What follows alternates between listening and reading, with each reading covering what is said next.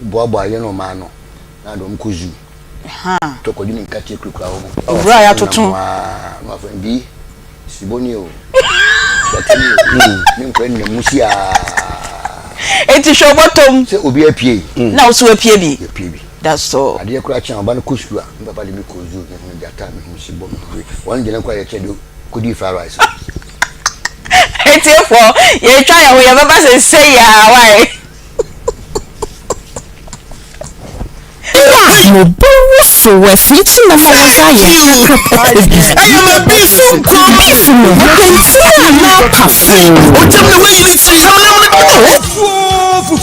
Akoma from Fufu Party, a feature person. Mimini the 10th August 2024. And the forecourt of Akoma Municipal Assembly, New Amakom MHHs, Park Resua, Kayo, you are a free Fufu. Ye be chokon to moi, Annum Quine, here Jena, but not passage ready, a proud portier crunchy, up to Sodia, and Nambitisa, Nanche, a ponche, a Jenny, hobby, you will be a Yabaji, not the Yabia Bodge ready, who will be the other boy for Sano 0209 119090. Akoma from Fufu Party, you are.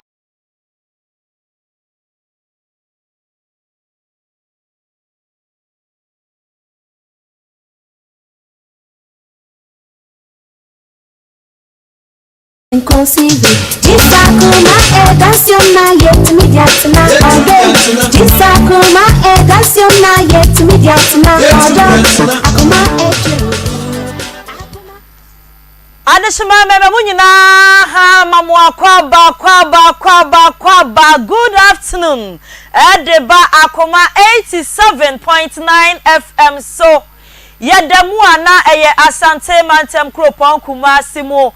asokwa yane Kumasi City Mall no na ehwe ni mu yedemu so live wo onua television so na Akoma de yase wo da Akoma so onua so yase yedwene wo ho pa ne senti yedamu ase se mo agi atomu na da ne da nyina yetena se a mochi mo afidie ne de to onua na afa Akoma FM na mutie adwumadi ayato ne din se Akoma mu nsam de mese da bia meka mese ya kanu de wonim na enne yetena se sei dia na kaye ho kosi se no miensa ebebo ene ye nhwimom esanse ye wo ne papi ede emamo won se ene eye midweek na da bia wa Akoma mu nsam so no wukuada anase midweek edition no aya na kasa edefa nsase ho nsase sem eho won se utimi kwato asase wo de watua ka wo hene kro no oto asase ne ma wo no wa ma won krata documents ni nyina wo de amaw na nso be wi ase wo se wo start project no wo be kono na obi asiwachi no so yi ni documents a kire se wo hene so masi kro no oton ma wo no wono kro no a e na aton asase no e de ama no e be wi ase na amumienu matwense kan na aye twema mentwe na menteme ho ase aba na ohene ne de wo didi na wo da na wa fa ne ho adi sansem bi sei ne yase ye de sabi ye tan sam ye tan nipa ne senti fa sam ne bra na ye hwensiesie enkama ho kromu ha ohene bia ne ho so chemenhia wo ohene bia ne ho a wo so e de chen asante mawura enti sansam ne ye twe ne tentente na so so ma ye nka ne boko na wo mfa asase ne made esafata no a na ne ye wura so ate na de esafata no wono so atimi aye ne sent wo de wakoto asase na obi bu afa so empo anyo ohene na sabi nipa bi yakeke ena sabi o wato asase ne de amawo ena wo se ewi ase obesa ato asase no anase wone wo edi aprapre e wo asase ne ho a fa ne bra Akoma ha na wuku ada biara yensi nkonwa na yenka ho asem se de be ya asumdwe mapa ebetumi aba na yie nso atimi ato yie na awia imosomfo eyeme Akua Ofosuhemaa Boateng mese ya frem yewura na meje wo so metina mu e de ama me sister Penny Beatrice Pioga Branti bi baby a wo bi atwedi amponyankropon wonka wo home na ena awia yi ansane e be hye dwumadie no ase e de ama mo no ma yemfa bibi ketua bi enhye ye ho enkran na yentimi enya hodaso was say don't give up on yourself. There is a reason why you started. Don't give up on yourself. There is a reason why you started. Not just say dia wo ye no mem waba mu emma wabam emu esanse botaye bitaye kire senti a wo hye ase sa botaye na nti wo hye ase no fa sa botaye no a eni tirimupo no e fa kowie na men give up wate na bibia beyeye steady all the botaye ni si wani so na wujitu mu sa botaye yam de si mani so nti ade abc medru ho no emu aba mu konesa na twedi amponyankropo mu idie ebeyeye abusiafo ye hye no ase ade amamo na mame nkopagi wo na me ma na kwaba na ye nhase emfa emamo pagi ma ha ya ekua broni eti sei erade guso hweye yeda nyankopon ase na ansa na beba mame fa Akoma healthy child fair no fem ansa na wode no aba abusiafo ya adwene mo ho adwenpa da bia ya se mo da Akoma so na Akoma so na de mo da ne dapa mo da ne yie ne senti Akoma FM ye ne ye mpanyimfo na afa konfa no chi aban ya resabia na Pediatric Society of Ghana Ashanti branch ene ya ka bomu ye se ye adwene nkoda ne ho sa abrɛ mu enti Akoma healthy child fair ene ya ka bomu a ye de esomo ye de ba mu aboboa no ye de ba mu fie mpatamu ba bia na we no ye nyina ye hia on se Prempa Assembly Hall de ho ye center ti ba bia wo free ba so ame makro bantama chese ba bia wo bia so kwa ho ye center enti na make se ye de toa mo e wo ba bia mo wo de se enti anopa na wo tweme me de di anim ya moma ye nyina ye nhia na ye nhwe ye manu apomuden ho nsem da bia ma me sori anu afa ne bag na wafa ne health insurance o kwa hwe osimi kwa check up o kwa hwe osimi kwa review adan ya asa me ho nhia dan fa me obi wa krampo osimi nyale hwe nya me batin pese me kwhwe mapomuden ho nsem se me gina yi ana da be na wo kwa wo do ba no nso akọ se ye review ba na se ye nya oba ne check up nso mawda on se wunya bi da wo ne se anti ni atena se adwene ho se ebre no nie ye de ye se ye seti pace no na yakoya nim ne se anti nyankropon ya admo the 21st fa oba ne hia ye akoda ya wo ne nge edikosi mfihia dunum na ye nhwe mapomuden ho nsem enka general health check up bekoso ye behwe wo mo se wo mo minim wo mo asum na afi wo mo hwenim na ya hwe ho nsem aka de wasa ye hwe na ya de eho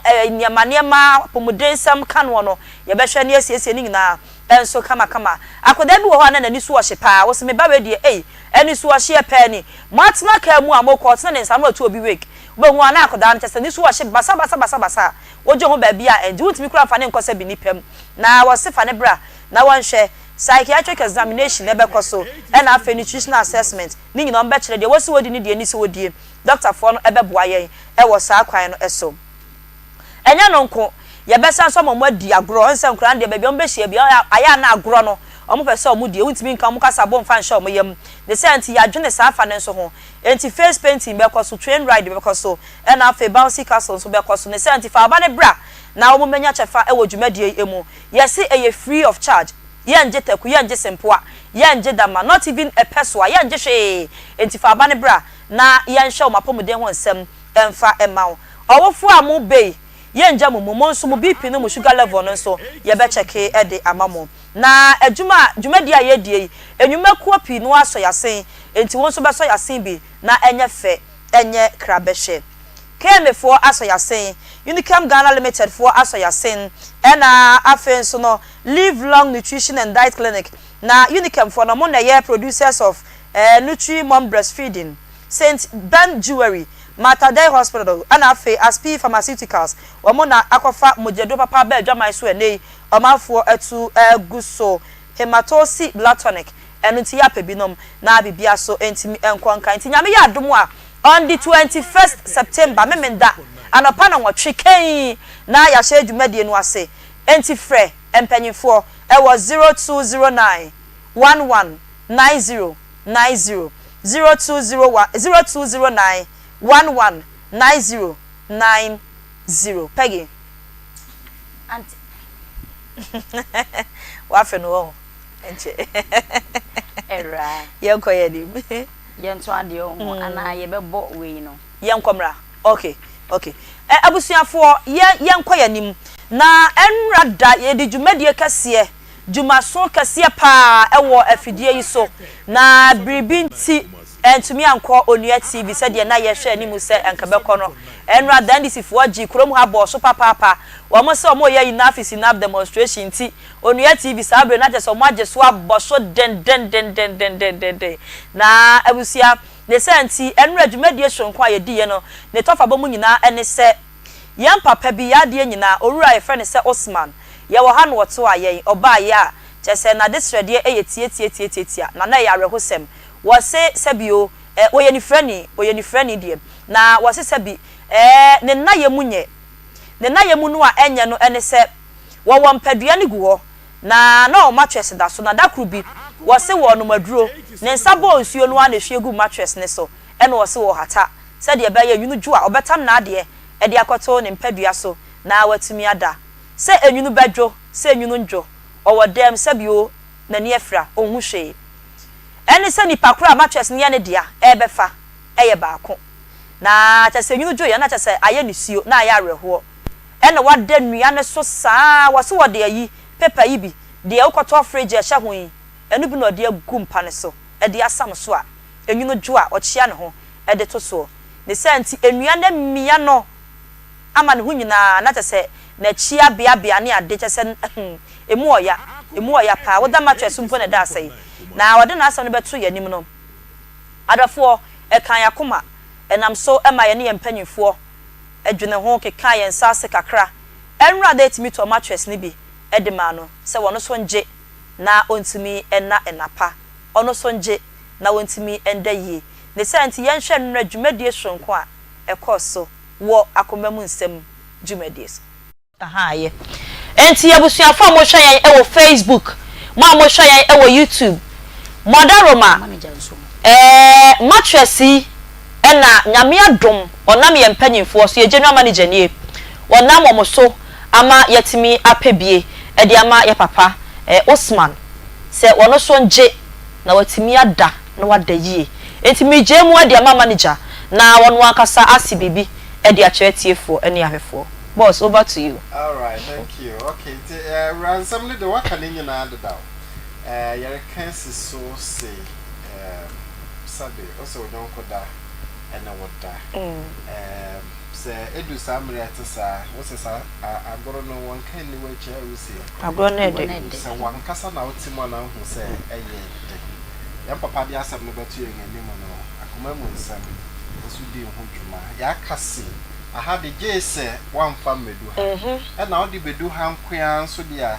jese yankase ye beye ne yakase ye beye nkuto di a ye betumi aye ama no aye fe anu ntia na megina media general penofo nyina na ne Akoma na fe Akoma mu nsam crew ni titiru ene adwuma pa ane brede benyina foforo de won nsam bedan yen a yanso ya hwe ne yetumi eboya na ya dan mattress ade amayam papa ya ka kire ni se bribia ode no ho beka bia no Nyankopon enhyira amen bribia ode no ho beka bia ne aka eseso no Nyankopon nankasa yema no onfama no na efensu ya kanso esisu se bribia ode no ho beka no odofo bia oyi sika na ayemmoa ade amayam papa no Nyankopon enhyira se onipa akono so amen na nia oye bia no enkonkan na afoforo nso de wonde ba etumi enya bi se adwumaku de aboya de aso Onyankopon tie na ye dan mattress de mayam papa onyame joba no konkrodi amen amen boss ya da wase father Michelle eja Osman Wadaroma ya mareho sebio untimi enhu but you can have a feel of it me also wasom awuhu yes ai na ye be pese obeka bibi e de ache ahwefo ne atiefo ne Akoma FM adwuma mpanyefo tintinbia maka edinkan aseda na mudum twede ampo Yankopon na to suminu mudum Akoma ne nua TV edwefo nyina fiti ahyese bisi ewiye Yankopon onye mukase amen Yankopon onka mo ho amen onte na batanse wo mo so amen obonfo bia obache ne bohwe mu bia Yankopon dwa agada mfin sene so amen omama mu adwuma ne yakase amen antra mo hyemu amen yankopon ka mo amen mo de me dem ase amen nyamba bia yin hira na asomdwe mfama mo munum asefo nyinara amen manues yada se papa nyame onhira won eya akoma 87.9 na afi onua TV so ma wonso wanya bia wo hwe no ne senti na enurade ekoso eno no na enye case ba ko pen enure ba ha enura ho sem ba ko bi nso ba ha ene se maame bi efre ne se pokuya ne ba ba mu efre ne se blessing ejay wasi di omo de fre ne fie eya kwadwo blessing was my blessing mimi de etwa mu ene na awatwe mienu awia donko se won kwato ade wo dwomumre no wasi na ono maame no ne nofo ye ne ya ene osma blessing ekọ no o ma ne mobile phone so kodura so eniema no wakeka no anya bia won frɛ no se blessing beba ene se edit besi sa brei owo ne ba no na wotwe mienu blessing wachi ni ba bia ene se wode abedan ye se yenam yetiefuo so na yensre na yemwa na yenhwehwe blessing na omeka na busuafo ensa ne senti blessing ni mfonyini enda eye TV ne so no esan so eda Facebook wo enti mu amohwe onua TV enu mo anya ho antimi anhwe bi no yesre mo momboa ye ene die mu ye ni abre papa se koto moja yesre mo pa momboa ye na yenhu blessing emfama na busua na wono so entimi emeka wo monsa na anigye emrefie emu oya so obewo ba ama na nya mfihia dumiensa 13 years na obesuma ne se onkwato ade na wama wo kire mu a mobile phone na akoda na de koye no na nadwo no wo mo frɛ ye no obi faaye nipa ne fa no ka kye ne se wo hwehwa akra no na mobile phone ni kuta no wo se nipa ne ka kye ne se wrong line ho na nipa no drop call no nen be na nsa so de kɔ na num no wo se wo sa fra na dwo dasuo mu dumienu ekoi obi faaye nipa ne faaye kasa wo ka no se hausa ono wonte ene se wo ka ya wonte ase ne ade nti no te papa ne kyew no ene wo drop ye wo kyebu a nipa odi ka fa mobile phone no enye ono a ene fa no for the second time no wo se de di ka na ba mu bi ne faaye nanso na nya ne ba no de otoso mienu no a wo ka hausa kire no na wo se papa panyimu an ne afie ne nkasa ye mu no ene odi ehu saa ne senti akoda yi oda TV su waira blessing ajira wo mo se eye Kenya ase abrem ho na mo te a ne maame esoma no wo kɔ Roman wo Kenya ase abrem na yesre mo momwa ye na yehu blessing enti se wo hu blessing na wafrɛ yen wo hu blessing wo de afra Akoma FM aha sei anasa police station bi e ben wo biara wo de so be hu no kuro bai so kuro biara be hu blessing wo bia no fa ne ma posifo na yes anasa de afra yen e wo 0530 507 849 0530 507 849 0530 507 849 number into screen so mame wa so betwa wo so be ne de no muntimi en capture mame 0530 507 849 yes remo obi biara be hu blessing bia no dom yen na bua yen na yensa entimi enka no na twedi amponyankropon ebe hira uti na we nso ene de enura esi ye mesira mo numbers no number abetimi afre e wo bra wo hu blessing yes ra wo hu no a anasa wonya popoye bia wo tete na wa ma yenya asutire enti wo Kenya ase abrem ho ba bia wo ebi kura na mo nipa na ofare wa fa na antena kumase a na obi besi o de na tra border krampo tu de wani twa ne so na akoda ya ni fon da TV screen hu no na hu sa akoda we na ne ye ka ne ho asem no a yesra wo frɛ 0530 507 849 0530 507 849 0530 0530 507 849 yada mo ase yenim se mo nyankopon adom mo beboa ye ama ye hu ba bia blessing enso ewo na bibia so atimi akonkan ye de ne maame so number e ka ho ye de ne maame so number e ka ho tu hu blessing so abetimi afre number we so 0537 910071 0537 910071 0537 910071 Mwadaro ma blessing ma pokuya wono so e number ene eno ne senti uhu a ubetimi afre na so de be ma police fo ama yensa nso etumi aka no yeda mo ase yenim se nyame ya adom a mo beboa ye ama ye hu blessing na bibia so akonkan yempa adwumanye esan sense nya adwuma no enidi twere no so aka ai wuni adwuma ya bonsan bebo pa enti ye pe 3D signage makers for na ya pe metal fabricators, print operators, large format and afi general printing, graphic designers munyina ye hiamo se mo baba ye adwuma we ne ye pe qualification no 2 years and above experience na won so abaye adwuma ibi na bibia so etimi akonkan na emprempre ye de bia na won so wani gi adwuma no so abaye nanso uni hunim de ye se brane entetew ye ma unim de ni suahunu ewo mu na won so abaye adwuma ibi ye bedu bibi ketu abi frɛ 0247 013561 0247 013561 Abusuafo se de medin aka no yesi wuku ada bia de ye kasa edifa ensasesem eho nsem eho enti asase ho asem ne ye ba beka ene eye wuku ada na ye hyase de a manya mpanyimfo bi ewo ye ntem ye beko na ya momakwa aba na ya hye nkomotwetwe no ase animu ya de odi kan eye plana Ophelia Asari oye head Physical Planning Department, Akoma Municipal Assembly, and engineer Peter Saki, or head development control unit, Akoma Municipal Assembly. Auntie, good afternoon. Good afternoon. Maybe I try to say. Engineer, good afternoon. Good afternoon. Let us say.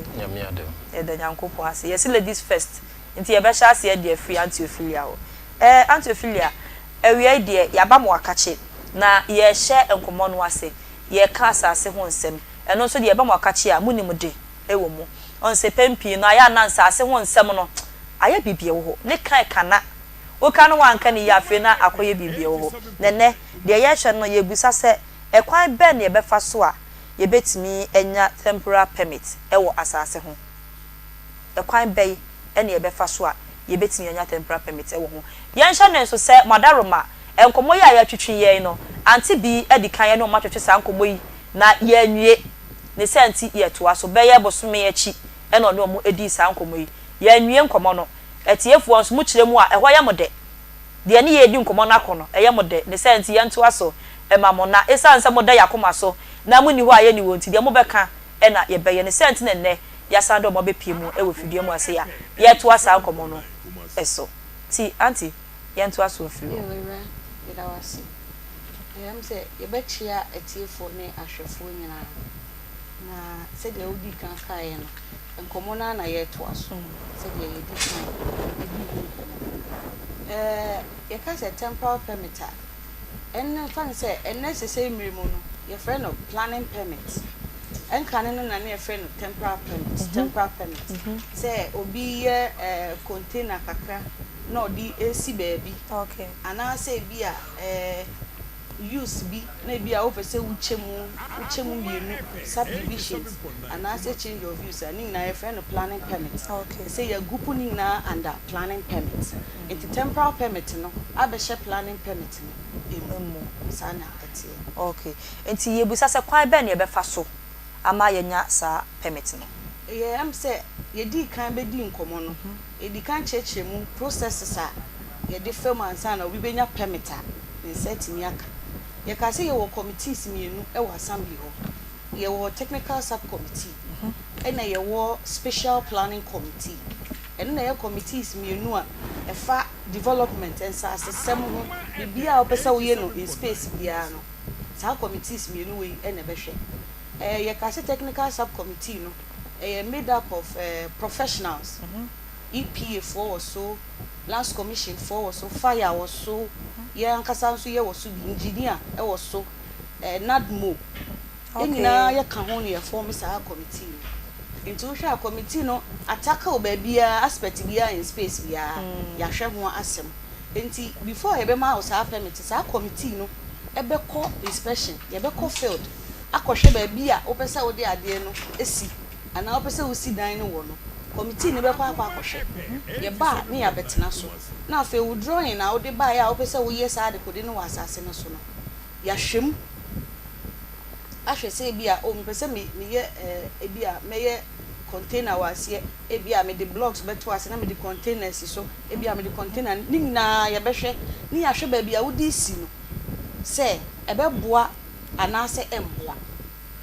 ansana ye be ma o pem bia be recommend at the technical level no e dey ma special planning committee no mo so matena so sa committee ni so atena so sa committee no chief executive of every assembly enti ye fan say asukwa ha ye chief executive ono ye chairman of the committee enti coordinating director also and also other important members that ye wa assembly ni nyina e wo sa committee no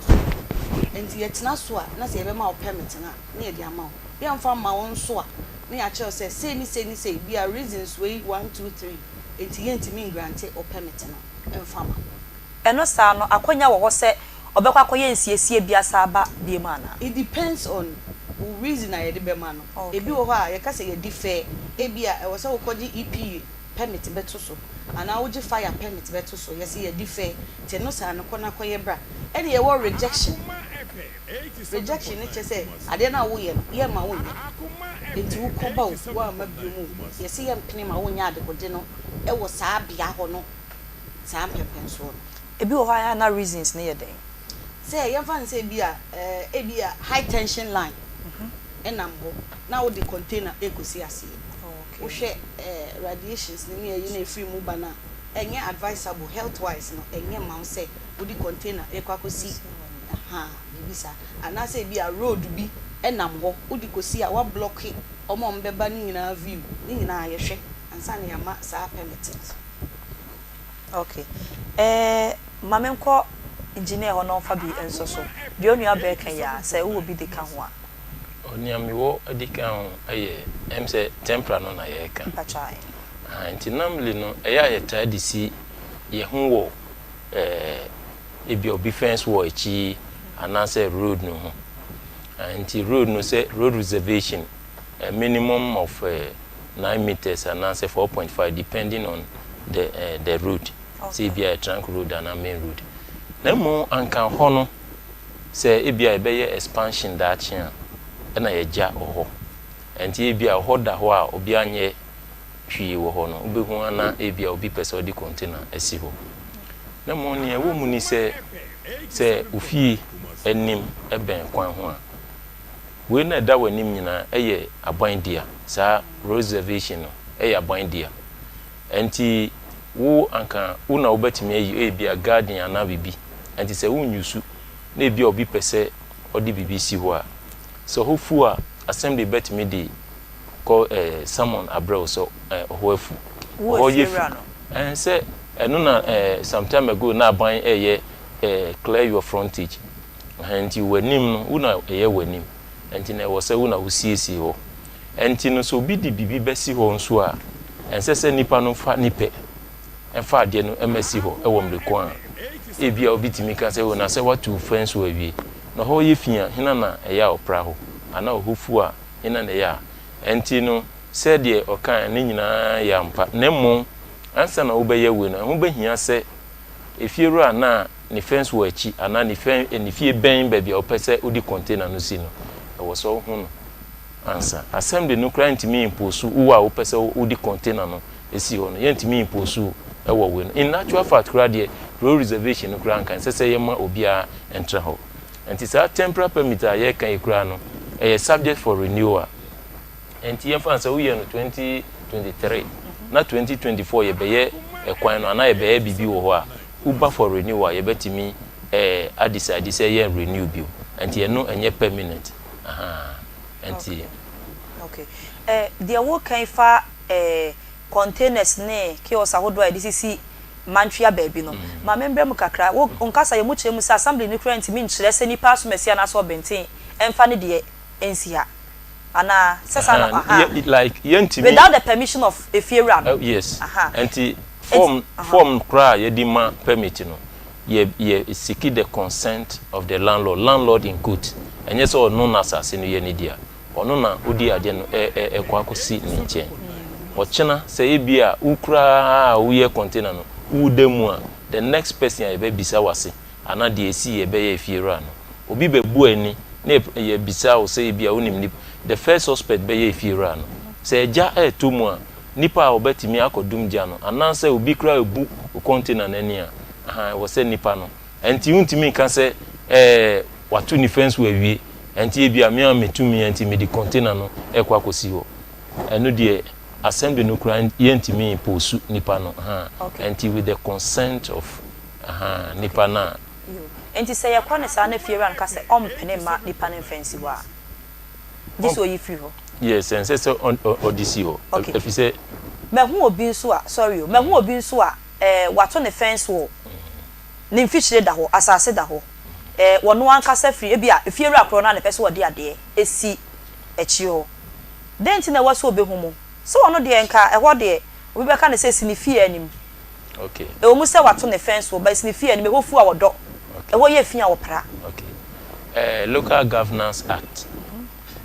2016 Act 936 section 91 HSA obia pese oye development bia e wo se onji permit and free assembly na sa ade na opese oye no ewu anti container na odisi hon eye development bia oye anti na wo se usiki permission me kan kura no ebia ebeye kwan wo wunim anti ubesiki permission ana ubesre efi assembly se mi pese media de bi ebesi ho assembly no be kire se ewo ye plan mu kura no ochena ana next week ye sa ye friends road no aside levy permit ubeji ubetua levy ana fee bi di ama assembly no ewo se assembly no control the entire ye friends municipality anti untimi fa upe anti ye crime ana se tiamra se container no ananso obeye sa development no ewo mreku anwonji permit ene se ti sa de se obatimi aka se wa na wakoto wasase nti u si dan de efa aban hom adie ba se de last ye ba ye kan no se bi se oman panyin na na dokura pese osi edan ma oni na busua ewo yemfa se kumase ha a wabeto land a opese osi edan a ye onu ani na busua a enye Ghana dia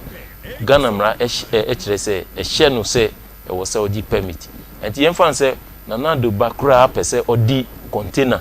president ba pese odi container ensi omufie anim yemfa se ni fie okumase edisi ni fie anim a ontimi kan so ye president banti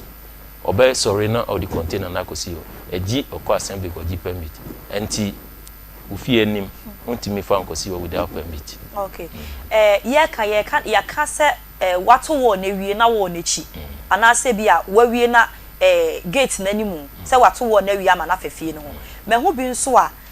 container ne se within we no ansa na wo fence eno so ya mo beje mimi fie bi wo ho ye container ne si inside but mo se mo je ye ni permit like container ne permit a ye de asi wo adenti na wo se ba ne sa some mi hu ne se mo si akiri na de wo de asi mu ne nso building regulation ekire se u si dan foforo ana u ye bibi foforo u ye renovation u ye your friend say u dane ebi efie nanim ana u sisa fitting ye fa no say u sliding window na se u pese u ye no louvers a wo so be gi permit say u bo edan no so na ebi a eye flat na se u pese u ye no hip a mra no se e wo se be ye permit ene be bredi foforo enti a wo so ye sa ne se ye fa no se edan a ye timi ya ma no permit all right ordinary plan ni bibia na baaye ena ye giran so ewie bibia na e ma no permit enti enu achi no se ukodani baabi bibia e kai se permit no e ye legal document ubetimi dia koji loan ubetimi dia ye collateral ubetimi e dia insure we no enti o chena unya asem na nipa na oni no nya asem ananse bia wa insure na bibi tu afie no na okoji u benefit na insurance company lawyer kan tell say nya afie we e na your friend say udi permit no kono ubehun say a flat roof say usu na nchensi foforo abai wa be bonu fefefe lawyer no betimi a kire say enye edan we ho asem na ye kan if say copy na edai ha no eye flat roof then ananse sliding louvers say why no sliding enti enye no enu nti na edan bia ya ma permit no bibia usisa e wo fie ho no e wo say ubeji your friends permit kai say last year kan bibi nso say ye ma permit no kra wia ye fra bibi habitation certificate e wo say ensan ko vie say plan na odi brain a ye ma wo permit no enu pepepe na wasi ana toilet bibia say de upe usi ubasi wo na enu ana enti ye kohwe na bibia ye okay na ya ma wo habitation kra o kira na ukodane na assembly no kra betime di adansi etia o say edan we asi we enu de enim hu bibia na ne wo krata we nso enti se si container no si wankasa ufie ananse wasi fie na wie na u pese 3 bedroom udi 1 bedroom e kan wa e wo say 1 bedroom ye friend addendum uye 1 bedroom no kwa plan na udi ba na ye ma permit enka dada no saa nso na container no once aye new development na ade a udi si ho no wo say esi wasasi so wo say obaji permit say de obaji edan permit aye permanent temporary permit no say wo say obaji permit se mabamo ho mene mo abaye nhyehyeye me kan se me plan abekire mo se edan wie na me kosi me kwadru fi adwen na sesa o me hu aso mesi de no ye me fe na me se me dani mu kakra bi akone de ni mu age se me sa ba ho bi esa abaji permit abusia fo ebe sa to ankomo no so na nipa bebre di fo was asem we na hu asem ma ye ntina ya na ye nka ne bebre eti ye nkwa na ye hwe yapomuden won nsem free power specialist herbal hospital for nchen doctor akosi adua ya na ka che na mede wadui ye papomuden ma pa de free doctor nchen na ya ba ye beto ankomo twetwe ne so wuti fie so ba wanum wo si ne we de me di won fu nya abotre na wo bekyerechire mo mu wi a na wakọ the nearest assembly na wonso woni o makodi nkomo na bibia so atimi akọ enkan doctor ma he era ye na eti say na me adom na wonso Yesu adom mama ho ye de na me adom ye da Yesu ase ada de se onkra no sakan na yeguso abeba so sakan ye beba one person ti adanse efiro ayu mate yeti ya ye radio ya mama ha e mama akwa babio power mre ana adrusuwe na Dr. Akosia Aduaya ne power specialist about hospital here odofo wanitua se yare akase ene enketua nyina no yesa ewo ya aso ye ho eti ye confirm o se awie ya wate ya nkanya akwanyan obefre 0244 54 44 22 0200 38 31 ya WhatsApp ni 0555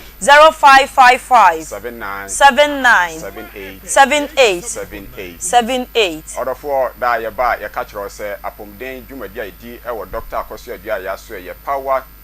specialist about hospital no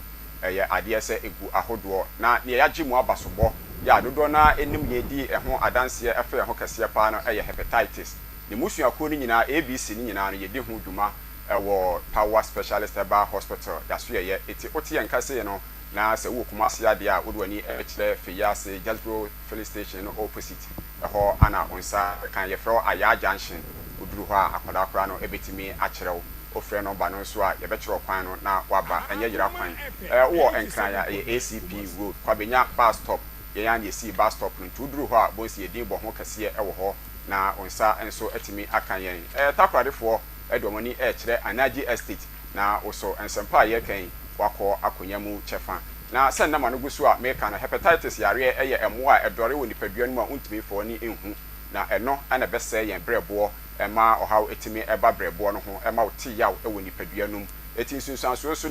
bi ne se obehu se wafuru ayire ten odofo bo se bibine nam yam eso wonfe no mfe edidim koso wakire bremo no me say ya na se wan hwe a obon se ade se wonase betuma taatai ebra wo kidney ne so ohaw etimi aba ho esusu so dɔɔso ahoɔhene ya wonhu bi da ɛno so etimi ebegya wo so a na we nyina nsankyerɛne a ɛda adi akyerɛ wo sɛ hepatitis yare no wonso ebi ɛyɛ account etintam nara no emfa wani enkyerɛ baabi akɛkɛ ameyɛ nkoyo poso me pa kyɛw na wo wani akyerɛ Power Specialist Herbal Hospital ya so ɛyɛ na oba ɛhɔ ana betimi adom aboa wo a hepatitis no etimi afiri so ya ayɛ bi da ya ye bebri amadodo na edi ɛho adanse ntinyo na edi kan ya yede wo eto ensenani anasa ye so wo ahwe umma empo emeso ahwe na emo yam assurance no se eyade se utu wonamo edi bepiem e wo Power da so ye nko ade a ho ebetimi ato afri hepatitis yare ho enya enonko se fatty liver abegya wo so me se nipadua no eye kese anasa srade do so nipadua no mu a wo hawa etimi de ba no ebe no kese enye bone obi de efepa ye awura bi oteme nkyan ha nanso ode no wo ye dwuma kakra na obre efifire etew fifibone pa etew a mesrew kan hu se na se ohaw bi ewo ho esan se srade na ewo nipadua no akọ se nipadua no hia de dwuma no wo de akototale brebo no ho a eko edi enya edi etiawo na mese empempie no se wo do pe kototo no bia no mu a enya de se obinya susanso papa bia kire se enro na obenom no ni nyina akogu srade no so a etimi nya dwuma pa bia emma expert na specialist no eye Dr. Akosua Aduaya ono ne wonuro no so betimi anane brebo srade ni nyina afri brebo no ho na watimi ade wo ho ente sa ne obehu ene eyaw ahodo a etimi eba wo so no brain infections ahodo nso no etimi ede ne ho agim eti fatty liver ensem nyina no wo de kọ akoda Dr. Akosua Aduaya Power Specialist Herbal Hospital ana ofre 0244 54 44 22 0200 38 31 WhatsApp near 0555 78 Order for I am woni ho asem enhiam ani ho dwuma yedi e wo Power Specialist Herbal Hospital doctor e wo enro ani fidi a ode be ho ani so amaw ni o ma obi adie ni ode so ani ni so amaw na atimi atekora me se wo de ba bi aduro ne de enye ohaw bia fi se ni obi ba no na yekura ni mu a ene ono so odi adanse eti wo a wutimi na kakra ho ade kakra wo de wo so ani ne twitwa mfoni abra wi abo ade sa ana na esum aduru wo na asade nsa yempo no ewiem yokusu wani ne wo ho na ayekọ na eye wo ya be se ene de enuru bunu mu bomoden se wo de beba Power yaso ye na se ne American ye de wo fa fidiem ya hohoro so ama di nwa so ama obi adie na abon se ahotọ ebetimi aba se ne etie biara no ye wo ho aduro e wo ho a ye behwe ede ama wo enei odwonso sam enkoyi a ye Power Specialist Herbal Hospital eho ana American fo ede ama wo obi da odwonso mebre demo no so saa odi no so kra de giso wo chem ansa na wadwonso a ohaw aba prostate no ho ni nyina infections me se moa wo de wunhunu na emo de bedan ni dini obi a waben specialist Dr. Akosua Aduaya wona behwehwe ehunu se prostate na ayekase ba bia duro kra de yade se ekwa akodu ne cancer mu besrew enhwe emye mfa droben ento be manum da no so ya pa yie eba sa be soro be ma yeso o me ma ye beto nsuom abusua no emfa ani de biara emma obiem be kasa onse ya no abo hu bomoden se wodu ani ebe kire Power yaso ye na yatimi ahwe abo na prostate hu nsem nyina no yatimi ahwe ama me se ya hye free infections eti ne ne hu sansan bi gu be ma no ho eba ne kọ odwonso a odwonso no tumi se ensufita bi edi akire ama osisi aya wo ya etoda ko obedwonso emoja obema no efon me se eye Power Specialist Herbal Hospital eho anye betimi ahwe aboa oba wahwe awonim nanso ayehwe bi wada dan nyina obre echine etu sika gu a me se infections no etimi ekoso saa ebro mo eye ase wo nsabuo amonya fibroid no na edidimu ama ovarian cyst no so no how etimi eba ho blockage ba mu pe odofo me se awo ho nsam ebe ye den edi amount etiwe nyina no fakọ na Power NCSO o kwa ne bema ni nyina enko wonhwe mo na osiesie mu wie a yade ese awo no ebetimi aba kompo yitimi esa ema ne yeye eti o de no enkachi so de baba Power Specialist Herbal Hospital na yadomo ahwe eye free ho ede amawo se abehye ho ana se unya sentence se omna de a omnum ye oya okasa na oho ana afamo a eye nsankyerani a ede edi kirew se company bi betimi abawo so eye Power enkuto ana yetimi di hu dwuma na oso watimi ade ho eye yaresa bia prekope eti yare bia se efa typhoid ene yarewa ahoduo pii de yesa ewo yaso ye ho atika etwe oto ase ama wo nan ayiriten won timi nti ase ne ha wo nipadua num waja wo abegya wo so waposo onom pemu ni kasemu yade nyina no be se Power Specialist Herbal Hospital 0244 0244 54 54 44 44 22 22 0200 0200 38 38 38 38 31 31 WhatsApp 0555 0555 79 79 78 78 78 78 kai se power yare sabia enti yare bia ya moso a no nkyere se yensa na ha no ye de bre na ye adwuma na emo me kan fe nupa ya ewo emonten no bi so e de amount ye wo herbal mixture ya ebo a support immune system no ene yare bia twifa wo so a be so odofo na so immune system no nkomo ano ahode no aba for bra ne empejam amount abra wa wo kọ no akotop power herbal ni bi na wo so wanonom ebetimi aboa pa ye dua ya mala mesene nso eboa etu malaria se ne waye mre ne nanum atoɔ watoba ha ni nyina no ebetimi aboa amoa se agina biem obowa ache watena wo so ache me se obɔ na omfe ye oya oharawa no ohaw betimi aba ho etibomode so benya cough care herbal mixture ni bi na wo so wanonom ne nyina no ase ebetu de amount almighty jirikajiri herbal mixture capsules no ene ne mixture no so ebi ewodwa so a wokɔ a bema eno ne de eboa ne watimi asa gina biem na waye miwura prekope 0244 44 54 54 44 44 22 0200 0200 38 38 38 38 31 31 and WhatsApp 0555 0555 79 79 78 78 78 78 for me say asempa eyetia eti fire numbers no di anamo achi na oba ade se oso ne yeka ni nyina no obemunya buchefa na pomdi mapa nso no ebekwa amo atena se dunkwa amen. Papa sa odi apomuden ho nsem fi power specialist herbal hospital e dia bre Dr. Akosua Duaya na kache na yedemokoye no ba ya asanto ano no wo de no ana wo de asem yade nyina adwane na atutu afi ni paduanim wo bra wakopie mu ewo na kache tete natural spices e wo adwamai so na wia yi se wo be ya aduane na yede na bibia timi akoyie e de ama wo aduane no amu na ye de aduane no akamfo de age se wo de tete natural spices na eye 100% natural ne se antifa bi ye waduane se wo ye nkwan se wo ye stew se wo ye jollof ni nyina ho akade bi wo ho no a ya ye ne spices kama we ye mfra mu bibia esam ne ma basa bia se bi enimu ne se anti wunya bia we natural spices no ase de maka no akekadro jene garlic nkete ne rosemary eno an ye de aye na yaye ne kama package ne nso de efe pa se wo padodo mu atu na waton wanyamfa so bebrede a na wa fre 0245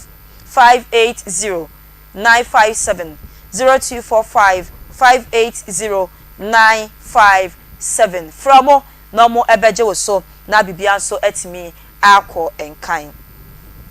yegusu a ya twetwe nkomo ne ne mpanyimfo mo ewo Asokwa Municipal Assembly na edi nkomo yin planner Ophelia Asare were head physical planning department ewo Asokwa Municipal Assembly engineer Peter Saki wono nso head development control unit Asokwa Municipal Assembly ye kasa ediafa asasesem ho nsem ho se wasi wudan ya wie na wato fence wall edu gate ato ano echira asase na eda ho no wachire mu a enye fie wurade asa anya wodia ya aban dia na emom so obi de container bi besi wa age se wosiki wo consent se fie wura no ansa na wode asi wo wasi assembly no ankasa current mi free ni pem emfa obi container mesi wo anaso obi permit mane fa mesi wo bra wo fie wura no onji ntumo wo mo de nipa ne ba na wo sniper asumesi obenti we de me pese wode na ade besi mi mfikyira wo so mo ni ho hweka na emom se wo si dan na se bia epuna wo de bra mo se ka o plan ho ade baaye se bia me de punu wei na eto edan ni mu me di wei na eto mu na se ukọ na wunya adwen sakra se wunya nyizie no wo de bia China do ya ba bi na betu mu a wo se je so sa ba mo akache beje permit ne foforo ansa na kwa akoye de wo aba wani so na ye wo fe no nya sa de a dada no ana eko ne se anti yansha ne so ewo ho na yentu ankomo twetwe ne so ewo bra me kwa Ophelia enchen Antiofi say ya carry rezoning na express say rezoning no ni tintini ni tie o nyina ne say ye fa ne say ye de ya tete ye nsase no ya tete say asase we ye fa nye school okay ebia ye fa nye school no ye nya fa nye school ebia ye pese afedie yɛde bi a yɛde yɛ a commercial center ebi yɛ bɛsɛ yɛde yɛ market instead of school yɛ bɛsɛ yɛ market na sɛ user na o propose yɛ a committee yɛ tena so gye tu mu no sɛ yɛadwen na sesa enti yɛ change use no e de akɔ user foforɔ enti ne tintin ne tietie nyinaa enti a yɛ fɛ no change of use okay but rezoning na nkrofo ni ma rezoning na yɛ rezoning na mekoto sɛ na yɛ rezoning eno ane sɛ bia yɛ ka sɛ yɛ de be school yɛ nya afan afi yɛ de yɛ market enti no yɛ change user no tie na yɛ fɛ no change of use and rezoning okay tintin ne tie yɛ wani na okay enti no sande sɛ bia sɛ me na me wa asase no na me yɛ asase we de me de yɛ school na adwene sesa sɛ me de beti asɔre a agye sɛ me sa ba mo akache anase agye sɛ wokɔ even kra no na asase wura no ɛwɔ sɛ ɔno ma wo consent sɛ ebia adie we na na mpɛ sɛ mka me de yɛ ebia asɔre sɛ manya mfa nya asɔre ebia me sika sɛm nko yi mpɛ sɛ ebia metwa ba ko ma obi na ba ko aka na me de si na na be ma wo consent sɛ ebia mapene so ansa na wo de aba assembly okay na just say me na me kɔtɔ asase no sɛ me tɔ no wɔ hene wa agye sɛ me sa kɔ hene no ho biem agye sɛ kɔ hene ho biem because yatete bibia ma plan da assembly ho na nanso wɔ copy say na nanom bebre na yɛ computerized system obi wɔ ha ɔgye yɛ no de ahye ne data so sɛ wei aha no ɛyɛ for ebi a church enti ɛwɔ ne system mu sɛ ɛyɛ church enti wo de wo pɛ kɔ sɛ matɔ awie mi ame kɔ sesana na de onim sɛ ɛyɛ church ebi kɔ adaache wo besi awie bia na wo pɛ sɛ ɔde kɔgye loan yɛ bɛka sɛ kɔfa wa allocation bra allocation na ade ba no ɛwɔ so sɛ ɛyɛ church ɛyɛ civic and culture but say no wo sesana de ayɛ residential enti wo sɛ nana ehunu sɛ ade na nana me ka sɛ me de bɛyɛ na nya amfa nge nana ma wo ne consent na sɛ otawachi sɛ sesana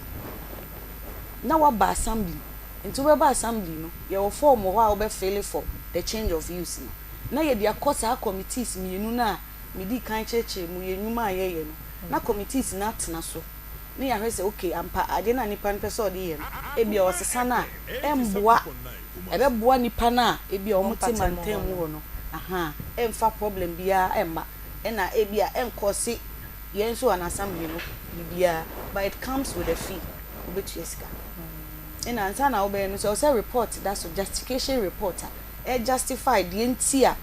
o say o person o sesa no and no say plan na bi na yes our report no e dey kan ho plan na free mo akache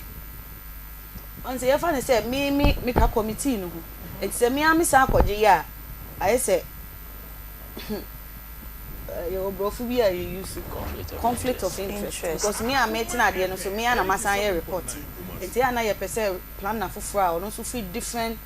year or stamper or ye member of the Ghana Institute of Planners or be yes report media eno sa mo na mo recommend emma no ana say ono ade ni tudomu ana okohie obi ana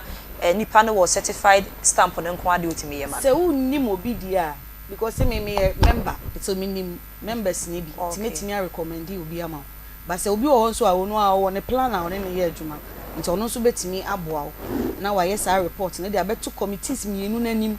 ama ya gye atu ansana obetimi asesa use na okay na ebitimi ba said ya wo kan change of use no say bia wo de ye school ebe wi ase no de koya asori otimi de ba e ma mo reject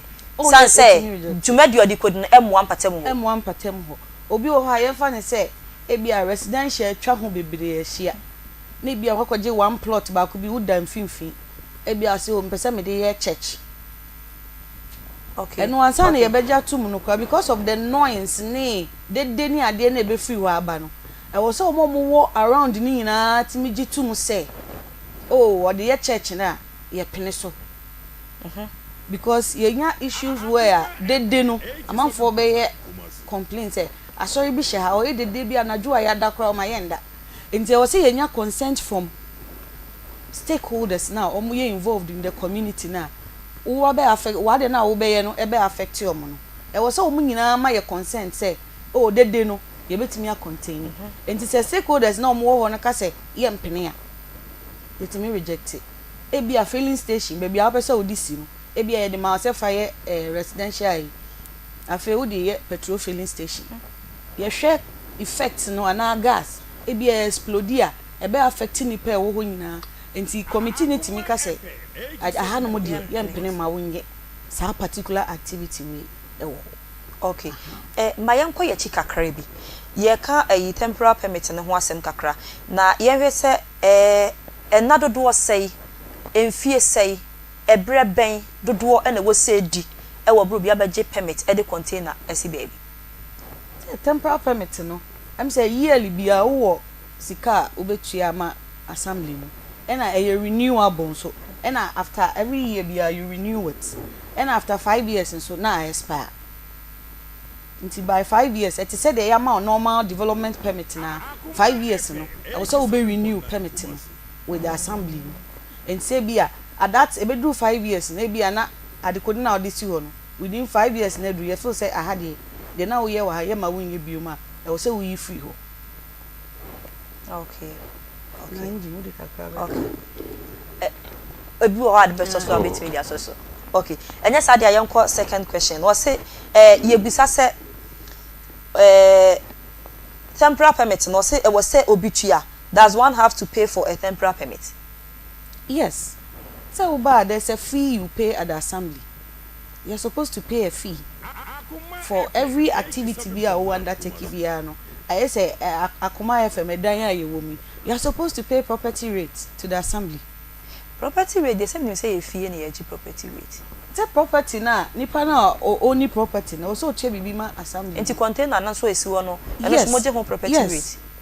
Omo operating license or something. No utua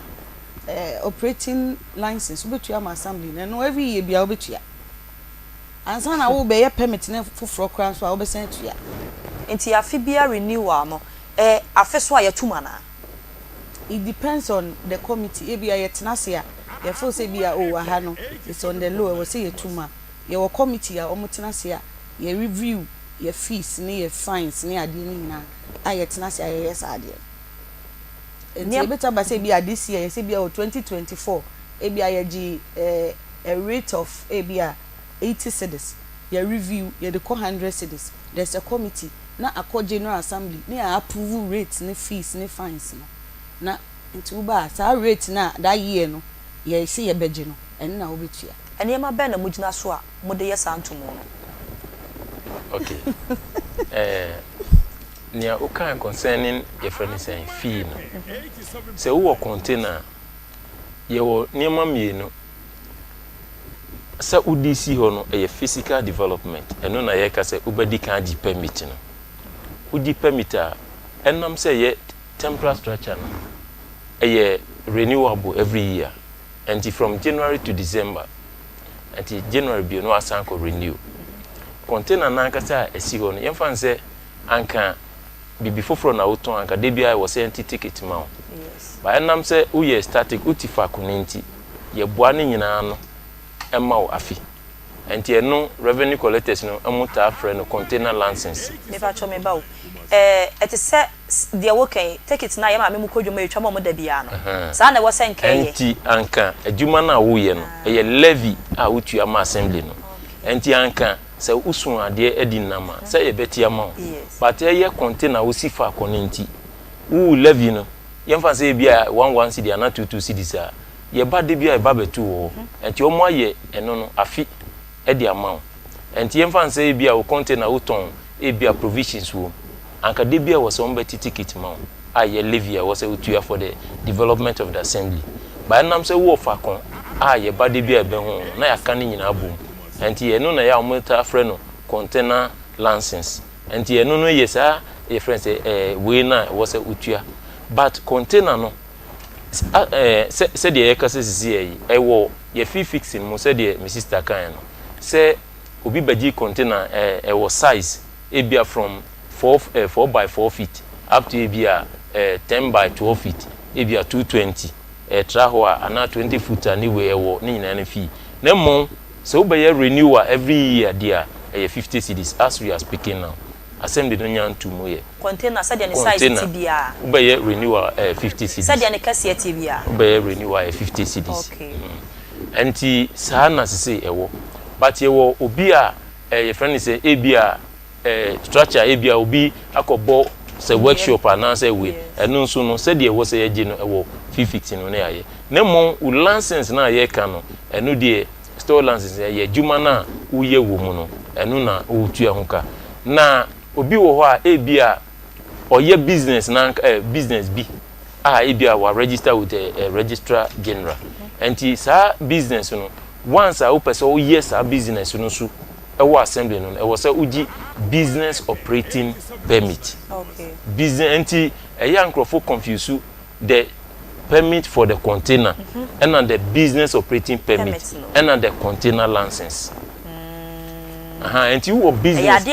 Yes, enti wo business no register business no dia. No ewo say we register business na waji certificate anti business operating permit na waji no anti eno ye fa say we store bi mu with wajuma no register anti eno say no ye meka say bia o tua container license eno ye business operating permit eno so no e wo fee fixing ade a wo tua bia ye wo classes category A bia wa follow within category A category B na mo wo container na one register e wo company ni we out provisional eno na omuji saa ne omufre no container license no enti eno no de yesika anka levia e wo se de bia e beji ya kan bom. Okay, mate wonas na mame musa seso e ba ne sa moboa sa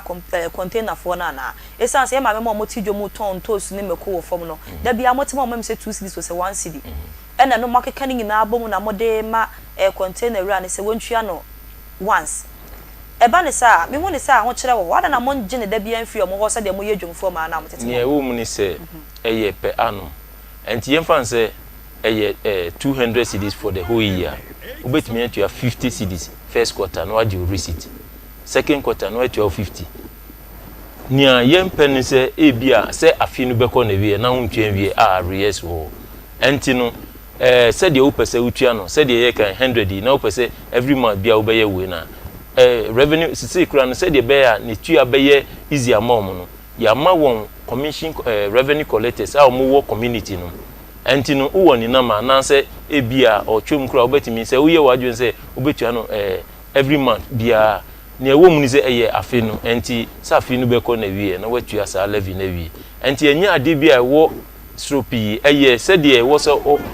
anka de bia ye gi na ya boa ni nyina no efi se de bia ye ba ye betu wo. Okay. Maybe sa anti ofi question ba ko wanyi ma no e na odi abeto so nti be ya no ma ye mo kire mu a e wo mu a moto abuo nim permit na mo be ye ne ne ma se de esiko e na maybe sa se den na mo gina so a mo de ye sa increment no. Okay, assembly na ye wo no ya ye workers nyina ye technocrat and ye kan assembly no ho ye kan assembly no pa ye assemblymen and assemblymen no na omuhia enti omu committees enti FND omu na omu di ye friend say fee fixing enti ye wo bibi friend fee fixing resolution enti omu hia na ye fan say sebi obi wo nantwe no nam abontia na ye chi na sika wo say engine no nie omu no omu diba enti ye fan say mra ye di ye adwuma ye wo mra no ye wo constitution no wo ho ansa na ye wo ye friend say bylaw no assembly na we enti assembly no bylaw bia ye kan se enti sika ye di share ano na fee fixing na omu ye no bia obi ton nso a wo so tua se we no no assembly no through the assemblymen na omu ye de omu di sa we enti ye de ye implement ni assembly no de amaye enti assembly no betimi decide say metimi aka say metimi aka say renewal of container permit for the past 5 years ye 2 more year aye 50 cedis no ye 2 more year Benora it depend on assembly bia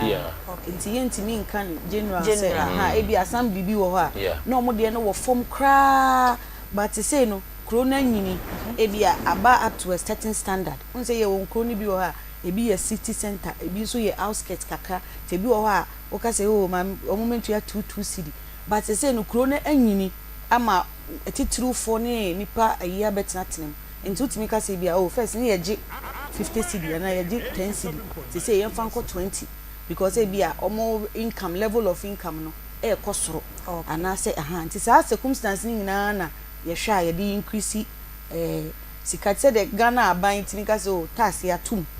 ebia adewe na auto ne 2 cedi tax ye dia ko say percentage say ti sa na assembly system no so etie okay na je say asokwa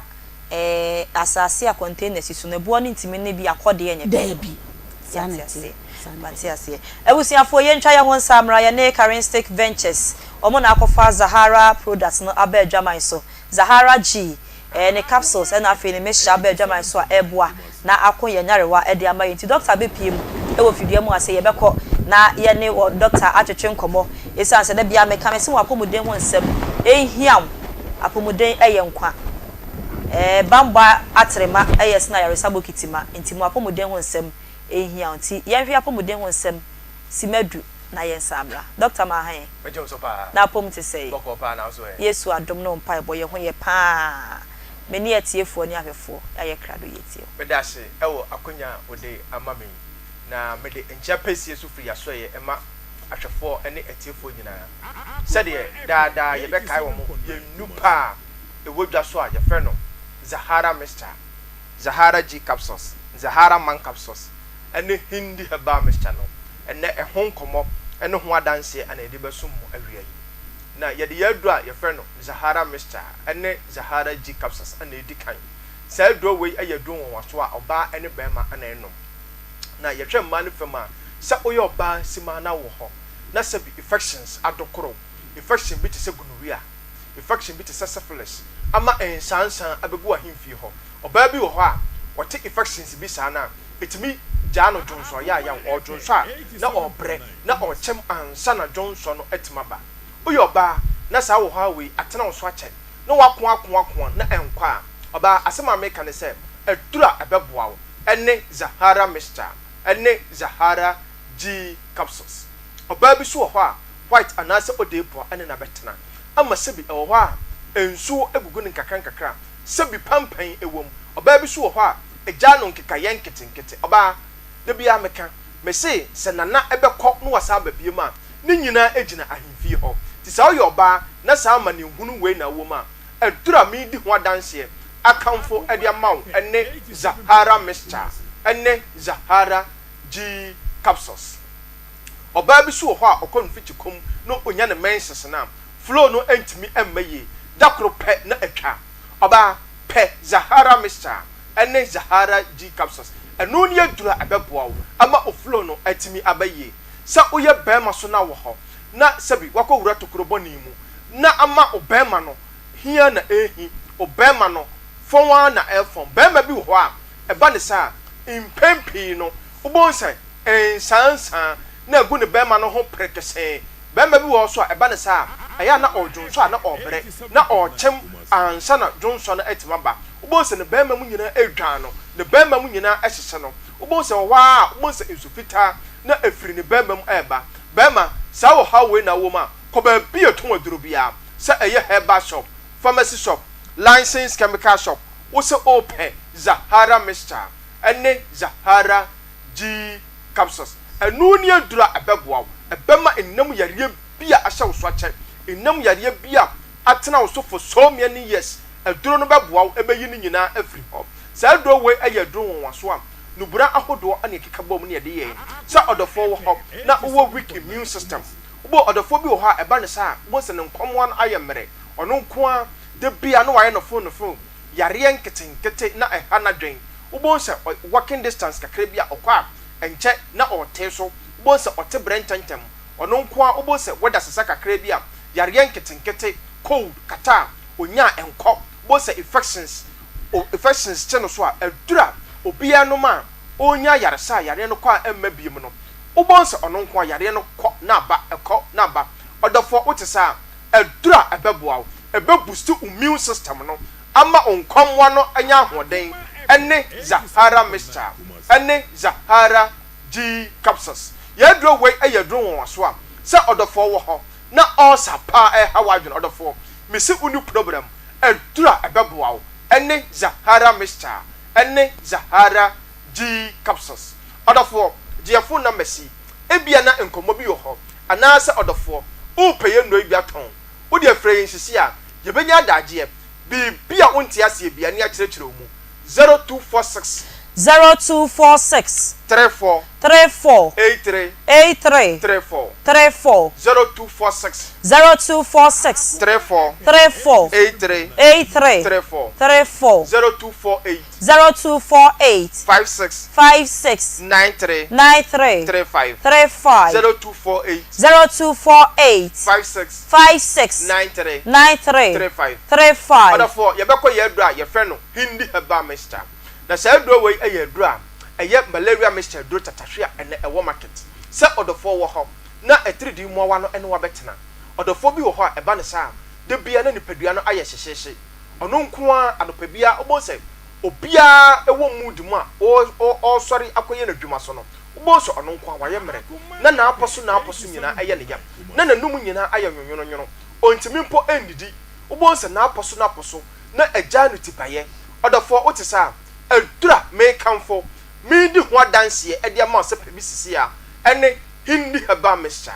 odofo bi ho a typhoid fever aye kranko etene so ene na betena odofo uni problem adura ebeboawo ene hindi haba mesha odofo bi ho a esichire yale eteten odofo wodi fa hindi haba mesha faka aduro bia onum bia ho enu ni adura ebeboawo a regulate sugar level no amonya honka odofo bi ho a adwuma wo ye den ogina entintin eche oye adwuma wo ja ho odofo fa hindi heba mr aye waduro enu ni adura ebeboawo ebesiesie dipadua no wodi ya ne se Ghana ha wodi ya ko ba bi etu waduro bia se eye heba shop pharmacy shop license chemical shop odofo wo se ope hindi heba mr wodi enom to so na bon se yare bia eha wadwene bia no eduro no ebeba wura ni paduanim ebema ni nyina afiri ho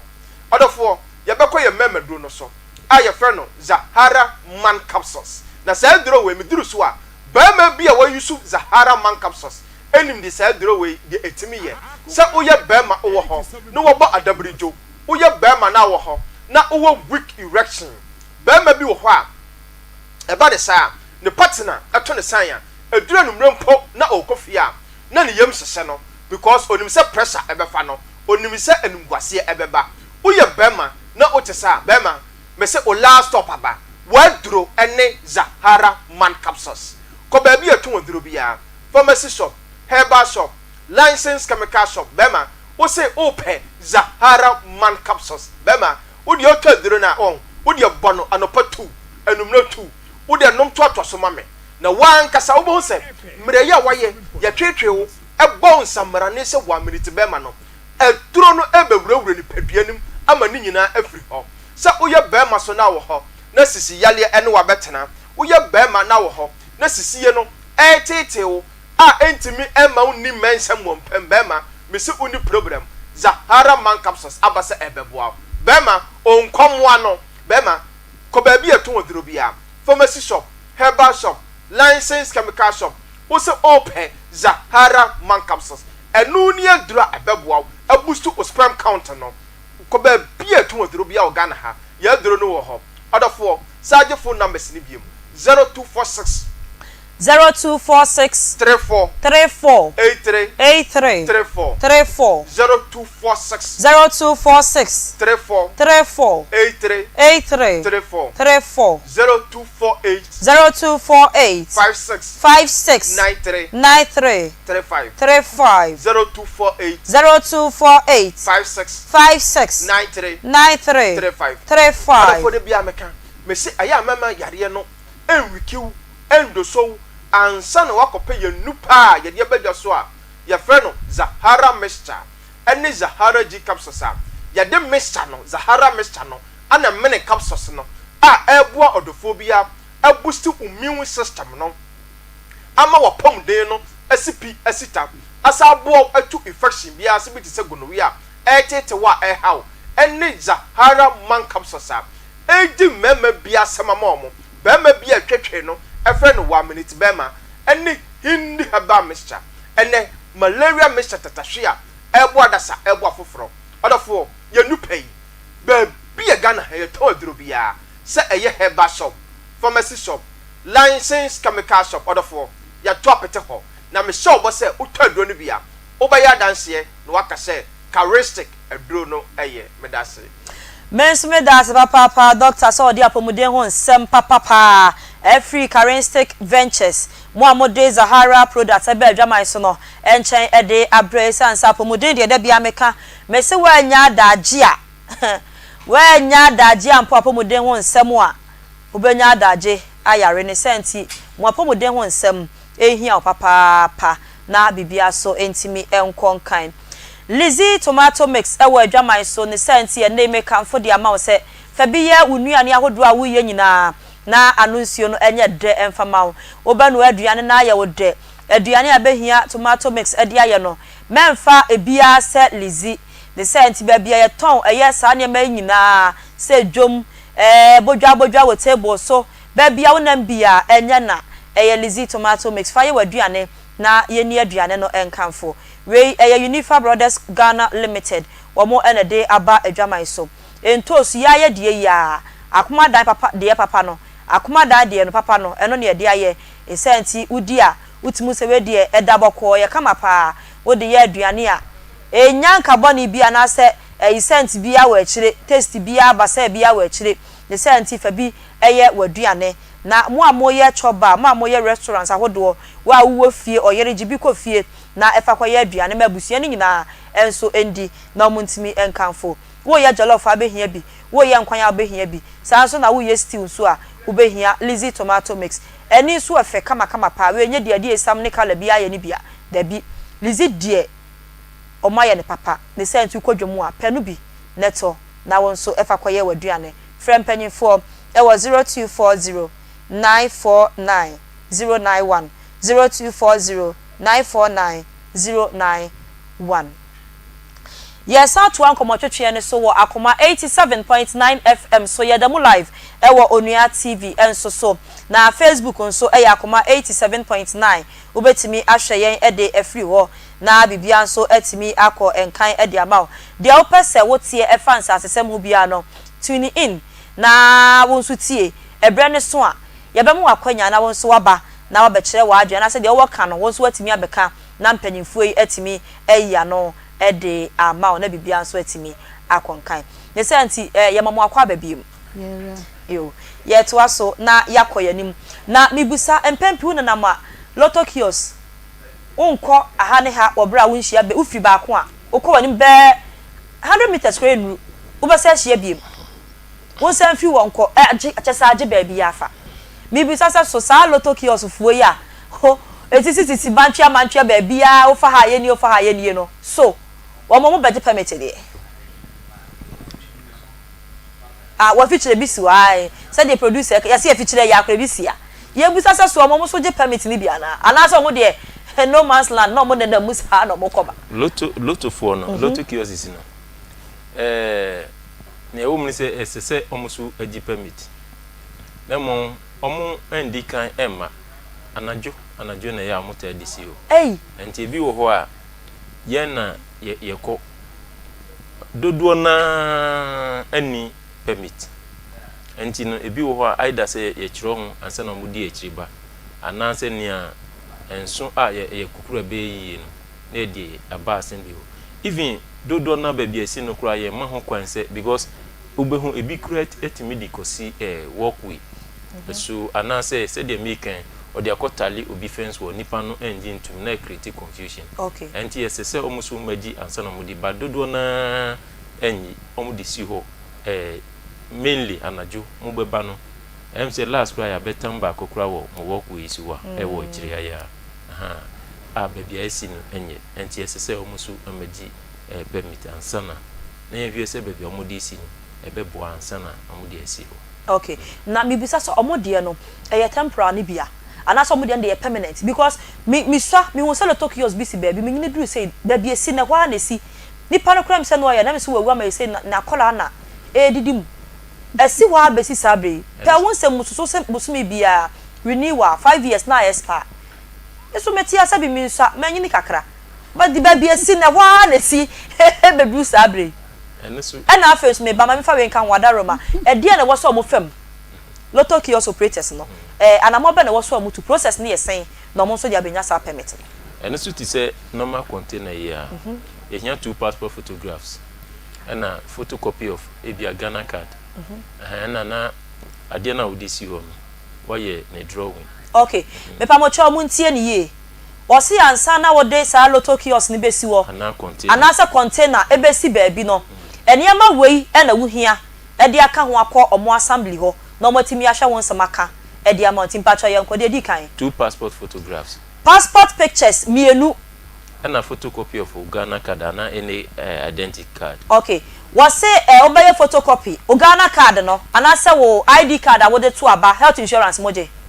Aha, ti ade bia identify wo. Eye card bia no. Obey photocopy. Now dey akọ. And afi ade na container na would see on a drawing.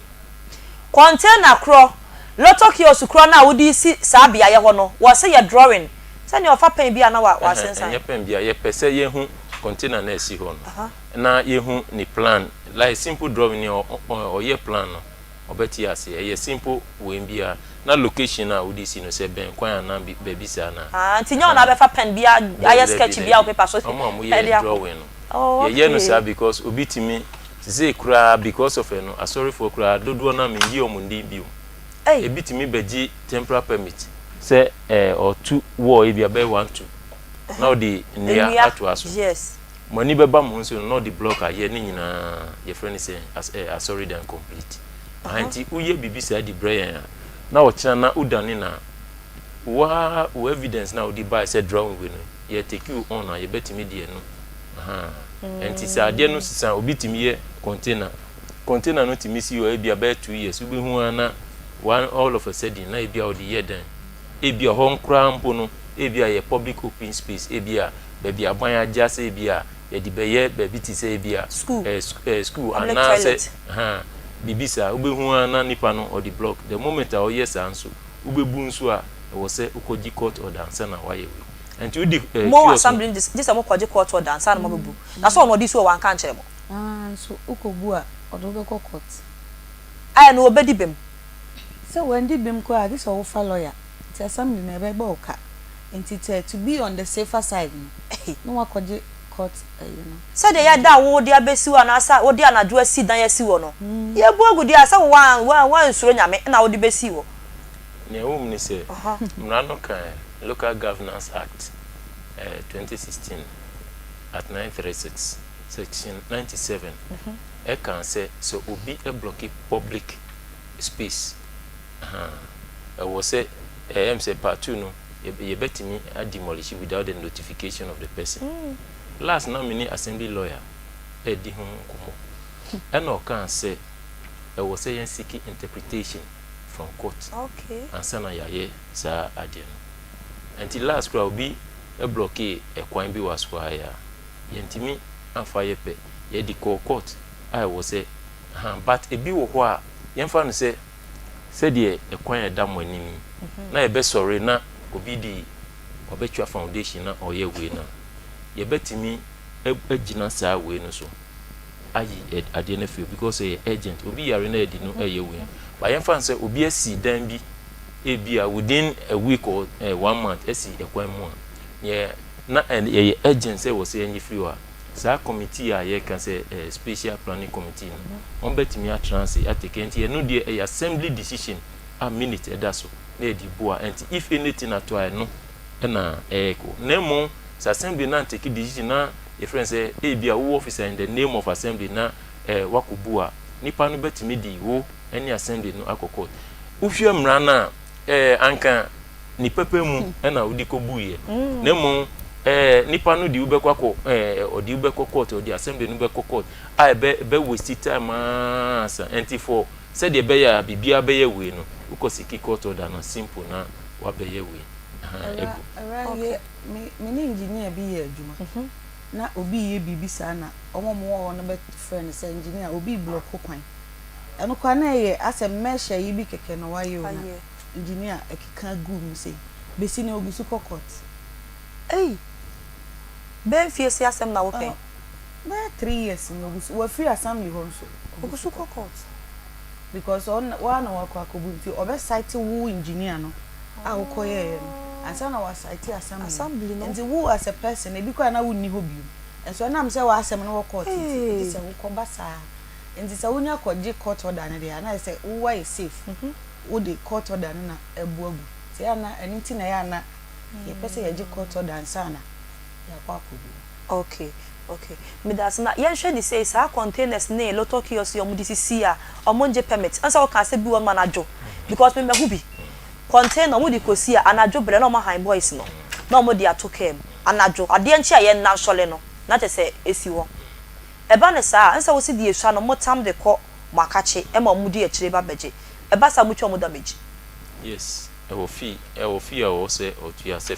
first time offender Ofi was otua second and third I was say Ofi was otua and son otua sa fi no wi a was o ye difference permitting into what you feeling na wie say wafom wan famra kwan so de akosi wo no na ode watwe ni na wie na opese bia woje ho official woje ho no ede ho ye adwuma this was apply na mo kohwe se ho ya na ya man permit na just scanner otwa ande ye waso ode na ama yes safe pay fine say de twa so okay abusia fo ye nyina we so ne yansa entwa ya husima na yemra ye ne Kantanka Herbal Pharmaceuticals for ekodi nkomo aba sesia montwe research center is the first of its kind in Africa ebi ni bebia na nim Kantanka so deda o ya de bi oto ne boase no waye aye ne yie na ba be boa nti na doctors ahodo a ye wo orthodox entitie mu so ye de ye ho aba be join evidence based plant medicine research to demonstrate say so ye ahaban do ni yie a utumi ema ne kompepenso bia empo ene abrofo de edi esie etumi twa bi kra eye me de pa se wachem Kantanka no chese minim se Ghana ha de edi ba ko pe eye ye papa nti kamia be bi sa say ne no wo eyi bia ne twaka bia na onwa ne dro ye papa ya yenim ni ye nti bi Kantanka edro Kantanka edro okay yenim say edro say ne beba bonten no e wo say FDA Food and Drugs Authority ene mo eye nkitahodie hu sampa edro ye no manya sunsanso bia e pacho e den ne che say Food and Drugs Authority agi edro e di atum me da se pa nti wo hwe edro a esi mikroya ni edro ni din the Emulate Herbal Supplement na eho no FDA agi edro na tum eye FDA approved nti se wo hwe eye packaging ho a unse e one unique FDA number na it was registered for immune system support and general well-being nti abribia no edru a you register for immune system support and general well-being no edru a obia etumi nom but what am I say ti sa indication no boama se okoba uye nipa nko ade onum udidi ohome frama eko omunko ade ubetima yare abribia na in this era po there there were lots of burden of a communicable disease condition just say yare a yenye free ye ho and a non communicable there hypertension diabetes cancer prostate just say yare ahodo bebre wo ho a eno so etu ati say all because of your lifestyle enko yie nti ti edura ekita media FDA agiatum is registered with the FDA. Of course, if the pharmaceutical company is the first of its kind in Africa, why would it not go through compliance? And I say enshisheya hodo ese ofemu na mbwama FDA engine to bansana ye di aiden ababesum ye Ghana man nti edura FDA agiatum, but the indication is for immune system support and general well-being. Se me toaswa de meka aka ho ne se esan se nwane nu ahodo a we do nu mu no edan so ne nti no ye wo enu bi te say compounds bi te say antioxidants ewom ye wo anti-inflammatory compounds ewom ne ye san wo eye ye free bibi immune modulatory compounds me cheche omu kan beka so we do the medical school so these compounds are maybe boss ni na no ofa antioxidants seka ekoba ni na no unse e produce fumes na e ba na e byproduct nti fumes ni che say car no tun wusie no sa pepepe sa wusie na e ba no enye adepa ti nyame so bo redie no in such a way say many who can say there are lots of activities also with your friend metabolism. Okay. There are byproducts by your friend free radicals. So free radicals, you know, oxidants. Nyame boy and say ka ubetimi already nangata to me fa dane na anka amopi up sa radicals dia. But say you duane dodo a yedi any inframa ye home air pollution. Intino radicals do na body ni produces and edoso. Okay. And a stress any economy ni hun seminti obia direct. Obia direct. Ti basa free radicals say what ipa kono read no. Media personalities, bankers, market women, obia bre. Radicals is cause when the area who do be breba. It's fastest agent. So who are osapa be hunu na oluki say akokra. Obi wo ha abribia no emre. Okay. Impemu kra no ntumi nya hwe. All because of these stresses I what yesuninti no. Enti rediani de no entumi mop up no we here an external antioxidant ebe mop up. Okay. Now restore health to optimum level and yankopon edible. Good. So in doing that, you need an organic product. Okay. Product are yen fashi nyeden frame. And now through research can tanka akofaba. Ti antioxidants they will be born who buy wo. Okay. Your inflammation and your kwanya yare who do fasoba. Inti se do no anti-inflammatory na che say ekutia kwanya yare who do fasoba. Inti yare bi wo kra ahase ye friend no ye kasem at cellular level. Che say ahase kiti e wo widi nu a enya ndedi ba onu meduro a eyi e wo sa particular effect here eko cellular level no ko boa e reverse disease condition kransa na dedi ni omo yare so a omo so e ba be kun eti omo kakran na aboa reverse inflammation na yeden ekoso no ni o ba akoso a compound your friend no immune modulatory property. Immune modulatory ni na me de be ti say nyina mo ahoden o fa electricity a ekosuru bebre a etumi hye bibia ti say immune system kosuru bebre a na your friend autoimmune disease ti say o read na hye ekutia ono ane ho ebi ni SLE ebi ni rheumatoid arthritis ebi ni lupus nephritis mi ko be affect wankasa o kidney. All because immune system na nya wode good. Eti I say kania say bibia sa so na uyiba say immune system no conform bebre a enna ye ka say be ko nya HIV che say immunosuppression immune system no conform e conform bebre so dia na fa yare bia to mi nya ho kwan no aba be ye den aba be ko ti edroid ye ne say aye no ho say transformer. Okay. E modulate say immune system no kosuru bebre a e de ne ba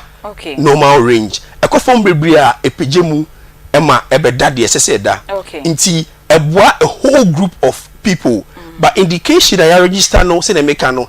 immune system support and general well-being. Other supportive therapy through evidence-based plant medicine research from your research center hono say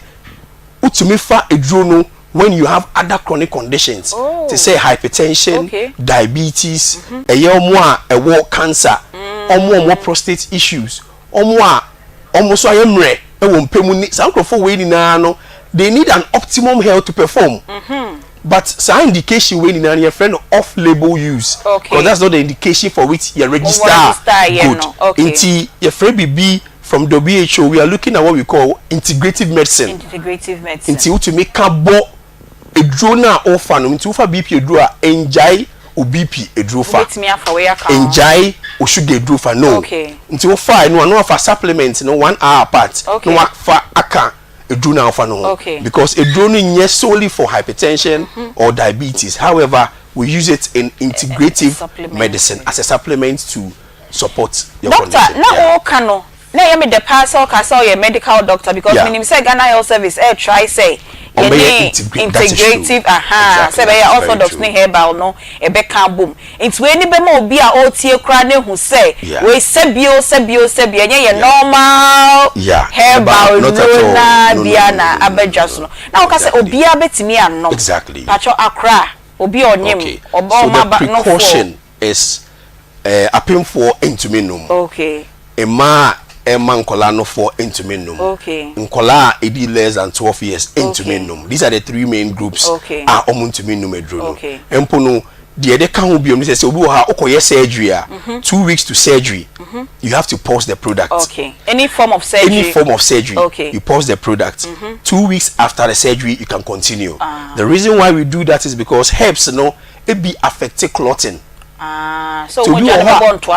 okay. So be wa oni sa nimdie nti onum haban duro sa no da cause surgery. Ti ye twa no surgery a bo na oblidia entwada. Baby sa so no on person ka che ya doctor for say offer haban duro. Ti na ama ababeye aye adeso amaye. Ti abibia no because of research akọ duro no nti no we have enough data to support its use and how you will prevent any abuse and say abnormal use bia. You know manager yes signal me nti no say no so be pe bi ato a e den na obehu wo bottle ne ho menim so betimi ebie so amaye hwe bottle no ti so hwe we hu a obehu say ya chiro kantanka e wo eye hologram no seal no ti unya fana ubie ne say a there's a very good security feature. You see a kantanka no be yera efre ho osha say ya chiro den void exactly. So they found be menye they be enye ye no say we bie edu na no ena edu no so ubia no a e wo niam ahodo wo mu a ema kantanka bottle ena shem sa bottle we ye wo Ghana ha ya nti ni ti ena da ho no ena ya chiro kantanka ena so egu ha kese pa ena company no so logo embossed there ena ase no so e wo 12 stars no with a big star in the middle. And we know that as a symbol. A symbol, yes. The example and say because it's evidence-based plant medicine research in Tino. Or say asantini in Tino. Krata a leaflet and our product insets, you know. Tree mu. Saints na mucho tree bread. Yes. It's in 3 different languages. You have English, you have tree, and you have French. It's no a breaky barrier, be Anglophone, Francophone, and our local. Exactly. It's we buama who say this is an original product herbal supplement. A free kantanga. Herbal pharmaceutical. Na ubisa say upebi atwa. No obenye bi wo eye asafo. New plan. Contact no ewo 0243 exactly 735872. That's our pepe. 0243 735872. That is obi pebi ato hope no benye before now. Exactly. Your fresh our number now. We are getting other distribution points. I want to show you something. Ubi drone so there is a ushemu I won't say any accruing to say you and there are suspensions in it because a mixture of herbs are yemfa bibia emfra it this is annual day pa it's actually who say a very choking smell because of the organic nature of the product. Oh, would the go when so are tasteless unte yes that is the power of brown particles e wo mu a e kan eduro ne ho esan ahan ahodo a ya fra ne ntina e wo mu sa yo ye da sepa ebusiafo ya ne mpanyimfo atwetwe nkomo e de free kantanka herbal pharmaceutical wa wona de emulate herbal supplement aba adwaman so ne sent ya no apabiato eduro ne ye papa na wapomude ho nsem SCP esita na ye nyina nyimsi papa kantanka de wode ade ba adwaman so a edamu bafua ne sent pebito na wapomude ho nsem enkoyie emfa ema pegi era yento wade kaka medase esanse ama me ne wo ansre efi yare na obibenya wo so ana efi yare ni ntino me di dank herbal complex for asoye omunupa na omode abadwa so no bi ede amawo eye hospital nwanwaso a abepie omamu ha omode nhama na esa yare na yare bi te se gonorrhea syphilis chlamydia ana candidiasis de ka no white no adi eye yellow nenso so da ye se eye white o se bra omo asoye oba ade na ayawo na ema wonamu enya anika no omo se bra omo asoye no mbetumi aboa wo gonorrhea adokro entimi ma omema yo NCPD a oba omo asoye mbetumi aboa wo se eye kompo anase prostate level bi adubia kodanfo asoye omo beboa wo kumase ha omo opechi number 2 omo ben city life hybrid school no from o number iso na gi nchemu bi a ebro media iso obetumi afrom 0266 593330 anase 0244 017556 0266 593330 anase 0244 017556 ose bra omo asoye na omo betumi atu yare na ase e de amawo mese quick credit ene omo se ye from bills micro credit enkoka wasem enche wo yonko na woda wachia na ode serewu obekan wie wose wa mantem obekan ne ntem a enkaminya bi mawo enunti ena bills micro credit say bra omo asoye sika ne se wo pede akwakoye ayie se wodi tua o school fees anasa wo pesa wodi hye udweta adie mu no oba omo asoye ya omo betumi aboawo ne dodo bi a wo pe bi abra omo asoye omba boawo se wo account ana woni account de ehia se wo de won krata ebeba se esiuti omumra na omo be pesika ne bi ede amawo enti hwe bia bills micro credit ewo na fa wasem ko down no be pesika ne bi ede amawo era ma me fa nko grow fine me se oba wo bu nsa na se wayase eka wo ye wo asokwa ha nanso obi bete wonka wanwona gade a kope grow fine nupa bi enom se o menses no so entumi maye o fibroid no edi wunya ama awo ye fe na awo wo de eto wo yafunu mu ana asai ama wa afefo e de sere wo de a kope grow fine nupa bi enom me se de ha adwene se wo be sorry pen ntama kwa adwuma nanso wo honam ye wo sesa ada wo honam twetwem yade kope grow fine nupa bi enom onsa eno nano eya otititi a wo se eya ananse enye police ya pa ye hu bebi ananse kro no police station kro oye adwuma nanso da ye se ananse ache yen se wuntumi nda ha adwene de broni fan insomnia no sleepless nights ye nyina ya da ye tu nkomo na wo de wo pa adwuma bi e de aye me se eye yare kwani kope grow fine nupa bi enom shane so se grow fine eye ye koko a ewo ye mamu ha ene ye de aye se open dudu mu a omba mu ha ahyeta wo ba bia herbal shop pharmacy shop ko ho a ubetimi anya bia top ni dudu mu so ubetimi akọ misi herbal omo wo mrom apidank ebi wo honom smart herbal omo so ewo oboase anase digital herbal omo di grow fan nupa ba adwa so no ewo 0244 596532 0244 596532 era Peggy me da se papa 3p garlic mixture so we adwaman so Piwak Natural Hair Services for energy aba adwaman so nti ya pebinom na wonyale wanyina entu ase ema unum bia beboa na boost immune system no o blood pressure na no so kwasho na be year free menstrual pains ebedwane high sugar level so be year free ni peduanim why kase amro so pese osotia edro ba ko pe na me kanfo ade ama wo ye 3p garlic mixture wa entehye wa ya de asthma akan wato demu fishia bebreni no no madupai bi na enyi free ni pedua no emu wodon so ntentama wa aduro ni pebito ewo herbal chemical any pharmacy shops ahodo nyina emu na opedodo atu akọ dani herbal misty herbal Colinac herbal na fe apidank herbal na dodo mu dia na wa frɛ no waginchilemu kase pa e de free Piwak Natural Health Services for akache 0248 928 824 ana 0201 000 021 from na bibia so entimi enko enkan emfa emawo Dr. Akosua dua yase yankancho se enawie bedia pomodema pabra na suye na bedia yaresa yade no agya osumfihia bebreni no wo se bra no wohwentu asema hepatitis A B C D E F G H bibia ni nyina obehwe no wayi afri ho fatty liver sciatica dompeno na ho aka bra also yade kompo na abehwe omni mu a Dr. Akosua dua ya oba ya santo wa pabni mu papa wo se bra na ayaresa nyina ekuta no owo kuma se Jasbo filling station fe yi ase Lake Bosom Twekwantempo ne so aya junction ai ehwa na abehu no akra mo be kwa benya poku ase ACP main road takra de monko anaji estate anaji eme primary school no enhwe ni mu pe na ode adupa be dwaman so eye dua ya herbal malamix ebua na to malaria fever general body pains ase jirika ju herbal mesha ya memedro mapa herbal ten herbal mesha na ne powder beboa na boost immune system no cough care herbal mesha so eye mo bowa kuhu na omumu etie wo bowa na asu mu obo wa na wo Johnson ho kopa adua ya akof chemist ne bi na won so enyi woni nyina emfiri ho adua ya herbal tonic beboa wo wanu mu ato a wontimi ne die no won so betimi adidi ate aduane ede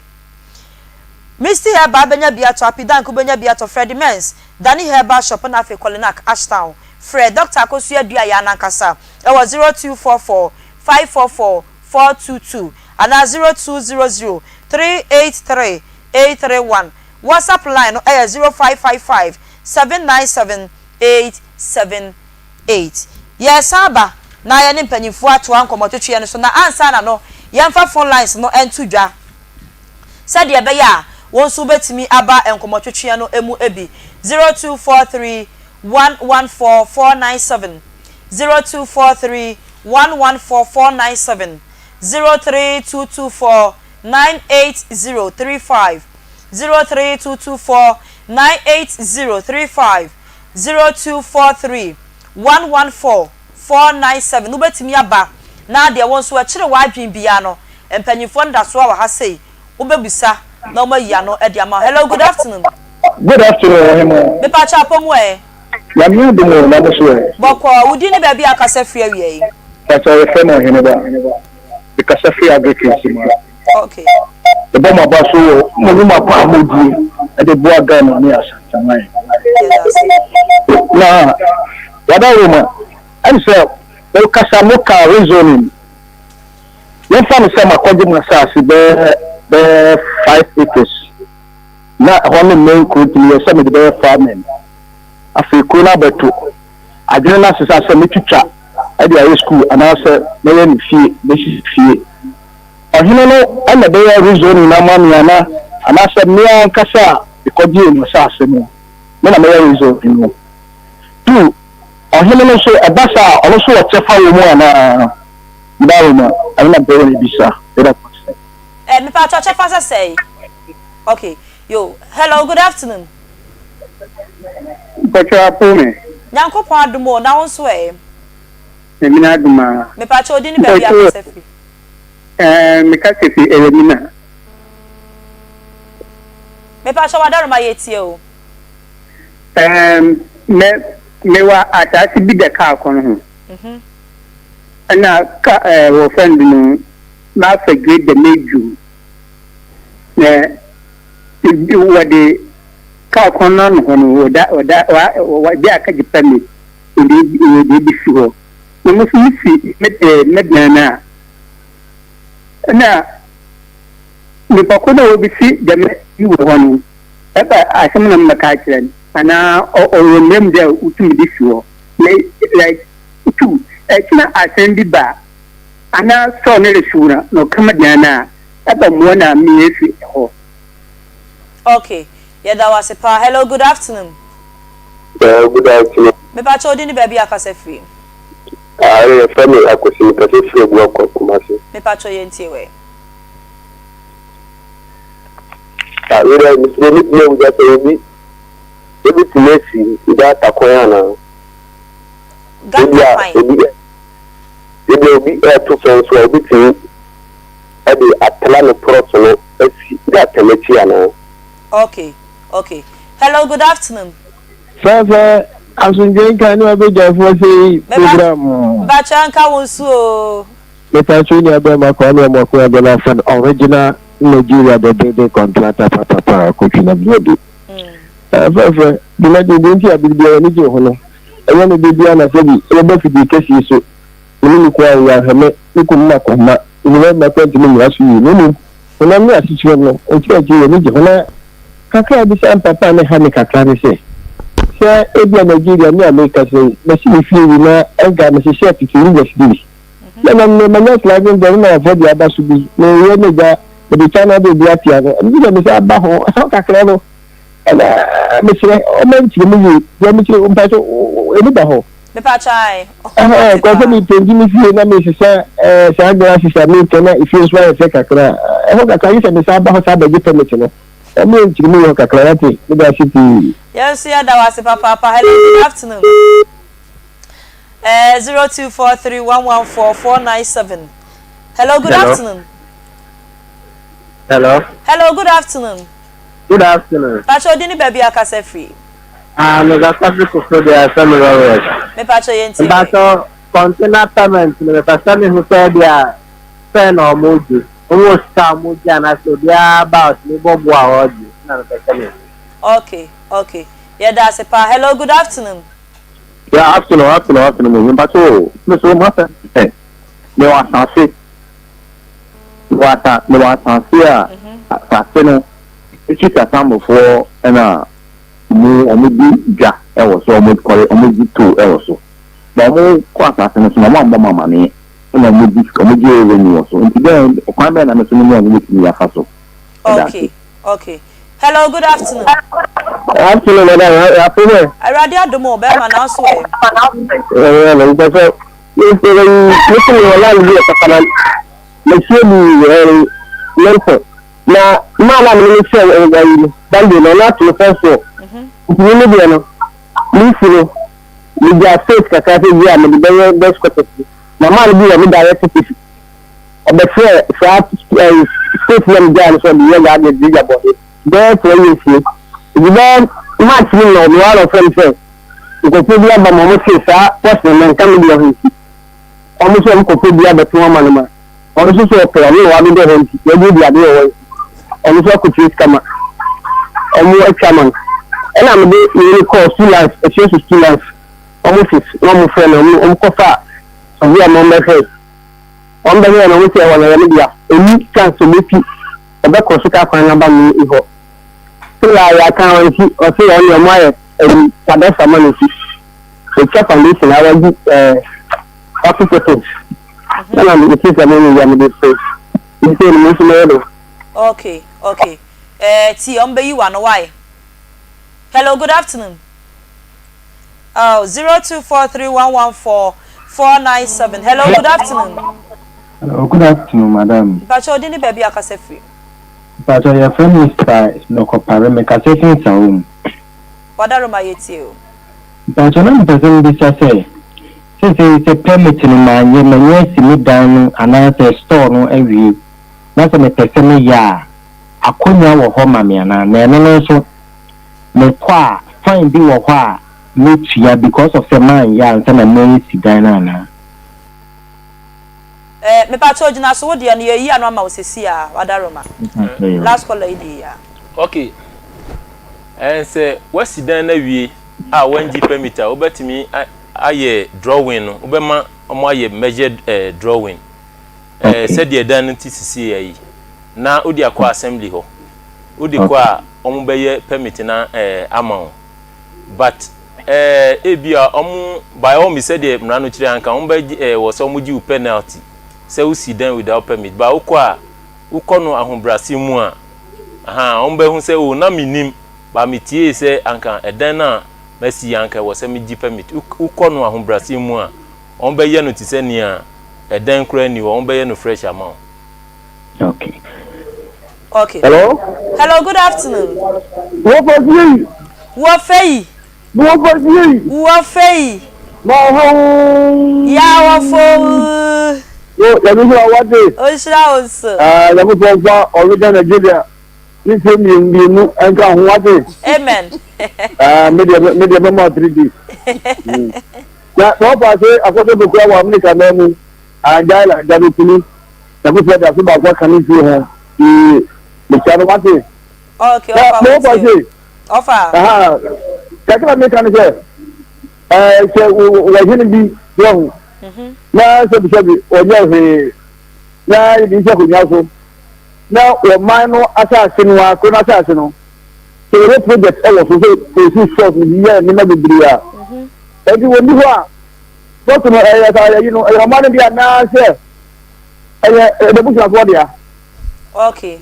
Omunye wa mzee o. Ombe ya no ama ofa. Mo munje no munya no wade. Mati ofa. Bakrao. Hello, good afternoon. Afternoon. Pacho dini baby akase free. Me pacho. Me dey the Richard. Okay. Me ka so we so. Me pacho yeti o. Wada roma, ede ni mamo money etuma. Yeah, that's. Na kakra me disante ni fono ne say. Ele kunti na ho sika omo e kan nyina. na e person you be say omo no nche mu choice say omo beje container scanning na de ko assembly kwa community no na omo je scanning free mu no community ni amfaso bi free set kana so ana say omo de ko assembly kwa omo de ko ye assembly no renovation kwa na e wa bra community ni amfaso. Number 2 semiti ni ye no o pani ba ko ka say ubesi upono ana say utu upono bi ubibisa aje say oba assembly ema assembly for ya away let's say hono say nipa no oba ye renovation bia wo fie ho aje say oba assembly ho be permit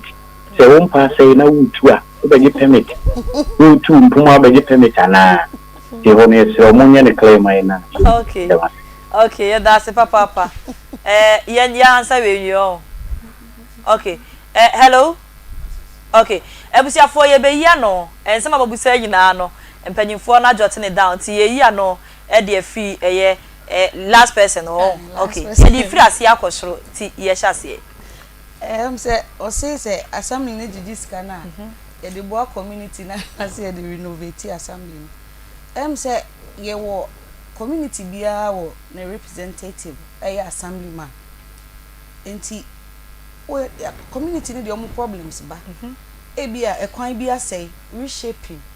ni nyina ka ho bi ebia ye toilet bi ebu agum ana ye ni bi kra saska na ye gigi ne kakan eno ana ye disisi sa na ma ni nyina because e ubet utua fines fees ni sa na ma na enna problem this community bia school so apa eno bi na ye di sa projects ni nyina eno bi na ye di esiesi bibia bibi se o community member bia eno ana ye di siesi sanete enti sa assembly ne jijiska na for the community no impuntu nti na ye jiji siska no enti wutu ya se de oman Ghana ye jiji ye property ye jiji bibia ye di oman ni yiri sana ye ji a ye di ye community ni yi. Okay. Okay. Enti sanete yes mebo yes to da be ko assemblyman se siska ni ho. Oh, on say communities in the doors. Sikano susa. Obi okwa yete de ye ka no. Ode e ba, ebi wa ye plan for assembly na. Ye ma community bia e bia mo problems no ye jeje. But in order of how a scan be ba no. Sika bi wo ho a obi de ebetimi aye borehole. E bia entimi nsi school dan. Enti e bia ni de di kan e bia ye press na hu hia pa no. E wo say ye solve e bia toilet e community na bu. I was say a no so can school as tell say a solve a be a toilet na here immediate with the available funds no you solve our problem e be a school ne so apa in kolani ntimi nko school I was say a solve no answer nti ye na according to we ne de here answer na de answer na fat na scanner e san wo ye coffers no any here's why the project no and even in addition to no ye wo IGF staff omo amududo ni labor ni cleaners ni we dodo na wo ho a omo ni government payrolls mo na my employer na ya anti omo no assembly na ye assembly na tua mo social security ti say the anti assembly no na anti omo no ye frɛ omo IGF staff even revenue omo amu collective revenue e wo we no kra ye wo omo ebi commission na ebi assembly no so na afa omo anti wo nkrofo bibri cars I was assembly ha nyina yetu ansa na obi complain ba ye ko nyina no saa sika we nyina na ye di run enti enye se bi a assembly no first ka no nye bi eno na ye di run assembly no okay ene fa the second question to aso once obusa me you know just be Richard no do o say so wutu mpa o wutu ko na wo mu ni say assembly na wo ho no ye di mra na ye adwuma o na se mra no entu ye a obetimi aka me explaining me san can say your friends a building regulation and the church say we even fix fitting e was say ubaji permit enti no ye fan say we permit uni assembly no announce ye legal document enti ukosisa no na ochina na assembly ba na hu be hia say assembly no be di adanse a secretary wa assembly we no na obe di adanse di ama obi timi ka say me permit ayira enti me ba na mo ye copy amame udan no na first a flat enu na wo ye ho na sisi wakoye no he proof a uba flat no na edi bema ena afi nsu na ye friend say louvers sisi wakoye no sliding uba louvers no ena ye friend say louvers no edi ma ye fa sliding no ema ena san ye mra enti once ye mra no mra de enu na wo se yen fanya adwuma nti enye se assembly no eye we mami kan se we nkyerɛ mra no kura building regulation baby kan se ube painti ufia wo se sample of paint na ube we udi ba na yenye we na within a certain perimeter yen fanchin na omo muti we no omo vie se they are comfortable with the paint pacho what you say fence wall utu fence wall about 45% of the fence wall no enye hollow fence wall no about 45%. Enti nyama no bi wo ye di adwuma kura ye beka say assembly no say ye be yi na ye di adwuma wo ye mra but once ye mra na nia we aye kan renovation aye kan ye wan ka sensu na be boa wo aside say bia wo generate revenue di ama assembly no enti say na ti ye mra. Okay, mama fa we nto so na eyi ano sa ebi a obesine da na ye flat e na ode be ye sa documents no afemoko wada na bronsan e na ne dia ira na wo be ye e ba sa na mbetimi asesa na ko abronsan ni mama no David na ewu muni se ye dantia no asesa na abronsan ansa na be ye permit for ma no eji ye manoko e ma ye structural integrity report e fa se mudan ye nimse ba ko penesi so na o tira na odi another one ko sisu a oba se ye man permit a odi ahoma be share kon ye man permit na edan we bu a assembly na man ho kwan enti on kope individual body ti say tech engineering department and BRI na omo meye foundation no test any edan na si ansa na odi bi kan no say edan no wa hodin say di foforo esisu a enti sa report no plus na drawing foforo na wa ye aya this wa foforo na odi kan edan no ye vie mu na ni nyina ye pe ansa na ebetimi ama no permit for that is no the what years can wa agene for okay and make us so no say enu your friend no say dey wo bu ba bi di bi she ba bi alteration what temper with the initial structure now enti bi kwa de na wo di she mu na dan na ho odin say dey engine enti mi nteki enti o say wo de ba na wo be che say wo me pese me yese na wo che ye how a wo be ye no because wo so wo bu na wo de louver place wo say wo de sliding a yi she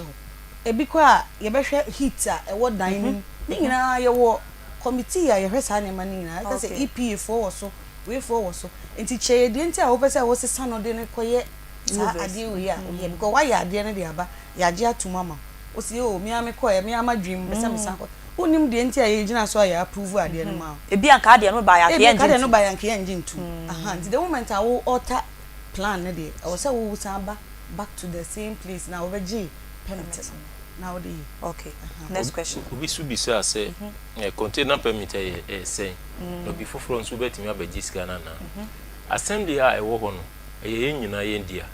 ba ye nyina ye trans assembly ho a enye ye nti na binum na ye adwuma wo enti obi bia obeye bia ehun behia se obeba assembly ho na sika bia obetua wa assembly efa ebia bibia wo ye ho ti say container permit e wo say unya wo receipt na document ko ye di ma as permit no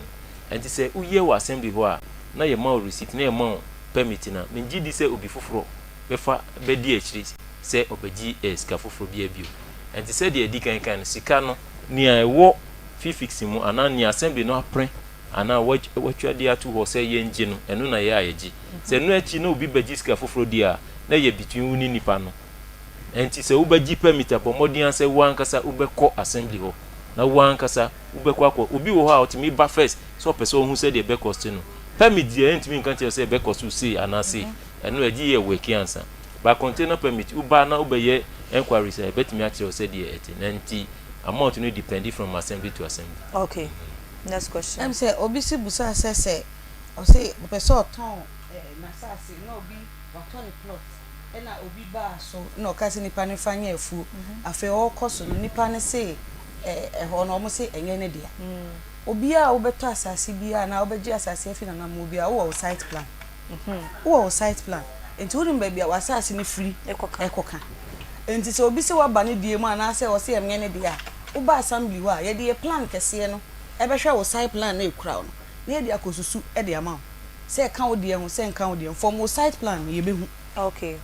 enti se enya wo de a ye besusu a ye behu se enya wo de obi wa ha wa hu se da ho e na wo no wo fa ka ne de ho no se ne de nti bia oba assembly ho no wo behu se ho no enka wo na fe ono wo ka emra ti no wo do site plan ba yesu ye no wo be kwa asase no so ni akohwe se eni ye plan se de tie e pa ni ate wo de na ma na ti se ye wo de a ni ama waje wa de enya wo de anso ani ama wo se ha de enka wo de no aha obisu ebisa se osi o wasase na sese assembly no edi juma wo so assembly no emma no ska bia enji bibia aban wo tumi bia efre no eminent domain se wo japade aban betimi age a de be bibi a ehun beba obia mfaso na no sa ban ani wo kosa term no a oni wo betranse na moye efre discussion mo negotiate necessary compensation no mo di amount ansana obetimi ayewi enti minim se assembly no the force na akosa asase no so dia ba asase no wo ho na ye friend say ono wanye so hwi na assembly no eye bibi wo ho a wo ho kwan say obetimi first akọ assembly ho because assembly untimi sorry once so the assembly court was say utro letter Akoma assembly with intention so the assembly no court am say after 21 days the assembly no more ya asa na ubetimi the assembly na court and this say sorry how the assembly no court I be bo assembly go enunti on the kan ko assembly ho ananse opera on tro ananse onko say MC ananse coordinating director no ni no ko ka ho asem say asase a odi ewe on fa ni document ko kire o mu enti menyanya bibia e wasase no so ye enti say odi didwade a me chefo ewo mu no ana ye entrance na ebia kopim da ebia merenti di amamu ana say ne awuji ni say ebe chewu say de ebe ye wi enti on ko assembly ho na oni wo mu koka either say ebia on be ye agreement na sika ebe ba na on be chemu ana say obe renti e di amamu provided say ye need ampa na wo document nyina. Okay eno sa no kayenyi ba ko ne emra obi so kawi se wo hene ye ajapade wa asase so na Ofosuhemaa eye ohene na busuafo dia ana se ye kuroma ne dia nse sa question am say it depends on the project no on say ebi wo ho a eye public user ebi aye no for market na ebi ohene ade ne sika aye for market na it's for the community but on say ordinary sika na ashim ana se bia investors bi na abeboa no na omudi ashim until you pay something upeso ukoma obetua bibi ansana wakom but for the community okay ebi a public school sa na ma ne de for the community but ebi a ohene na nkasa won nsase wo mu a ebi eye akonwa ne de a and ono obetimi develop for the family okay for the stool okay and sa Ofosuhemaa ye and there is stool ne de a ebi so ohene na de ne din na aye nkrata o so ti abe ye ono an personal property okay okay ye da se papa ebusiafo ye nyina we so na ye nje aboafo nkrata o mra taw ye ba ye baba be wie nkomo ni nyina middle na den na wote ho an waye stiff sa ewo mu on se pempi no aya na nsase ho nsem no aya bibie wo ho ne kan kana wo kan wanka ni ya fe na akoye bibie wo ho nene de ye hwe no ye busa se ekwan be na ye befa so a ye betimi enya temporary permit ewo asase ho ekwan be na ye befa so a ye betimi enya temporary permit ewo ho ye hwe no so se madaroma enkomo ya ya twitwi ye no anti bi edikan ye no ma twetwe sa nkomo yi na ye anwie ne senti ye toa so be ye bosome ye chi e no no mo edi sa nkomo yi ye anwie nkomo no etiefu onso mu kire mu a ehwa ya mode de ani ye edi nkomo na kono eye mode ne senti ye ntoa so emamo na esanse mo da yakoma so na mu ni ho aye ni wonti de mo beka e na ye be ye ne senti ne ne ya sando mo be pie mu e wo fidie mu ase ya ye toa sa nkomo no eso ti anti ye ntoa so firi da wasi am say ye bechia etiefo ne ahwefo nyina na se de odi kan kae no enkomo na ye to aso se de ye di kan ye ka se temporary permit en fan se en necessary mirimu no ye friend of planning permit en kan no na ye friend of temporary permit se obi ye container kakra no di AC baby okay ana say bia use bi na bia o pese uchemu mienu subdivisions ana say change of use ani na your friend planning permit okay say your group ni na under planning permit into temporary permit no abeshe planning permit no emu sana ati okay enti ye busa se kwan be na ye befa so ama ye nya sa permit no ye am say ye di kan be di nkomo no e di kan cheche mu processes a